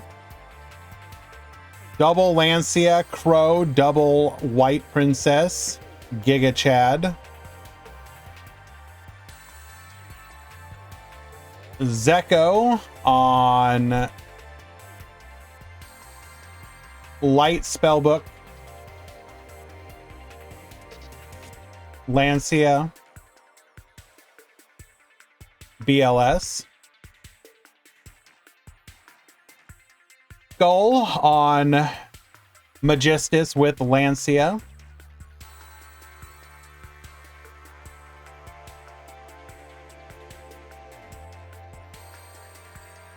Void Sin Mavis on Lot of Spell Tenyi.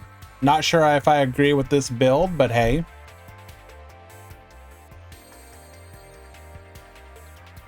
Dr. Dinosaurio. Gimmick Puppet. Yami with Favorite Duel.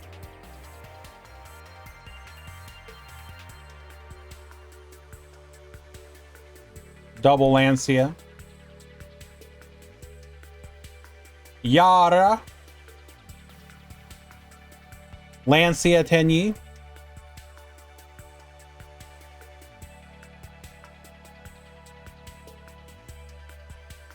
Yamo. Destiny Hero. And then the one that I wanted to actually share, though, was... Where is it? Where is it? It's Shu.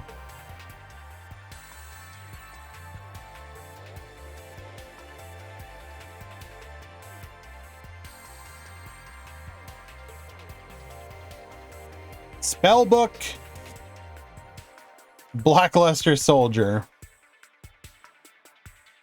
Now you may be asking, what in the hell's going on here? Literally, We just used the skill to return spell books to the graveyard.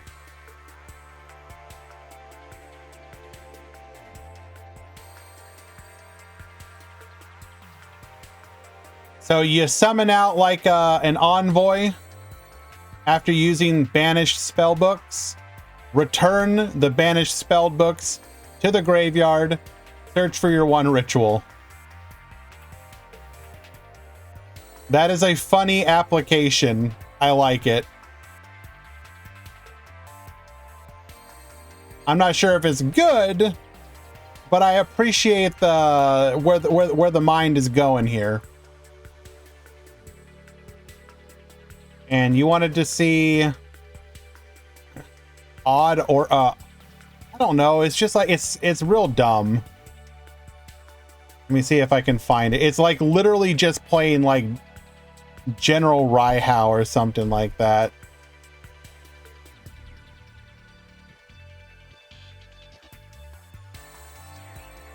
There you go. Oh, and I'm sorry, we're playing Warlock as well.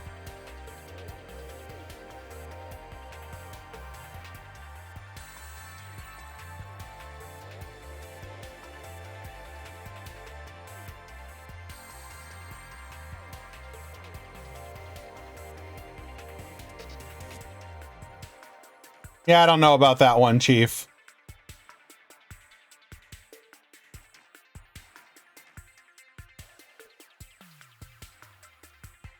Well, all right. We have reached the end of another single elimination. I might do another tournament this week on Sunday, Saturday or Sunday.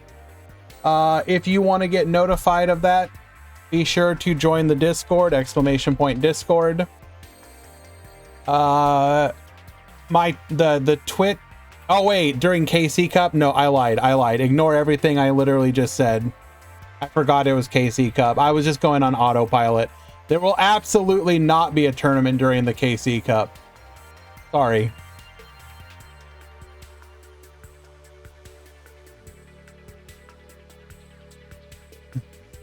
I know, I'm lying. I was just gonna say that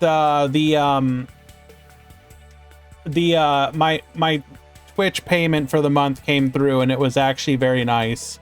We had a good month last month, so I wanted to kind of return it to the community a little bit. So I'm gonna try and run like an extra tournament for the next week or two or something to kind of give it back.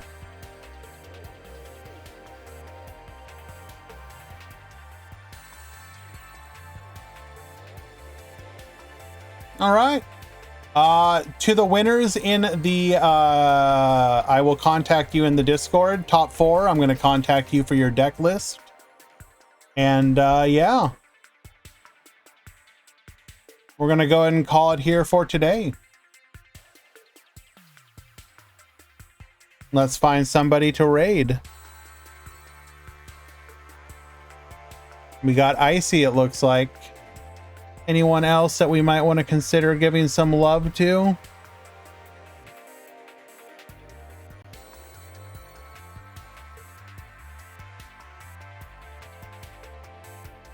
We'll give it to Icy.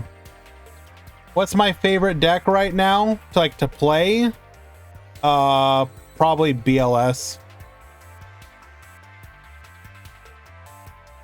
I'll probably do. I'm gonna finish up my KC Cup run today or tomorrow, so we'll do another stream for that. But yeah, thank you everyone for hanging out. Let's go give Icy some love now.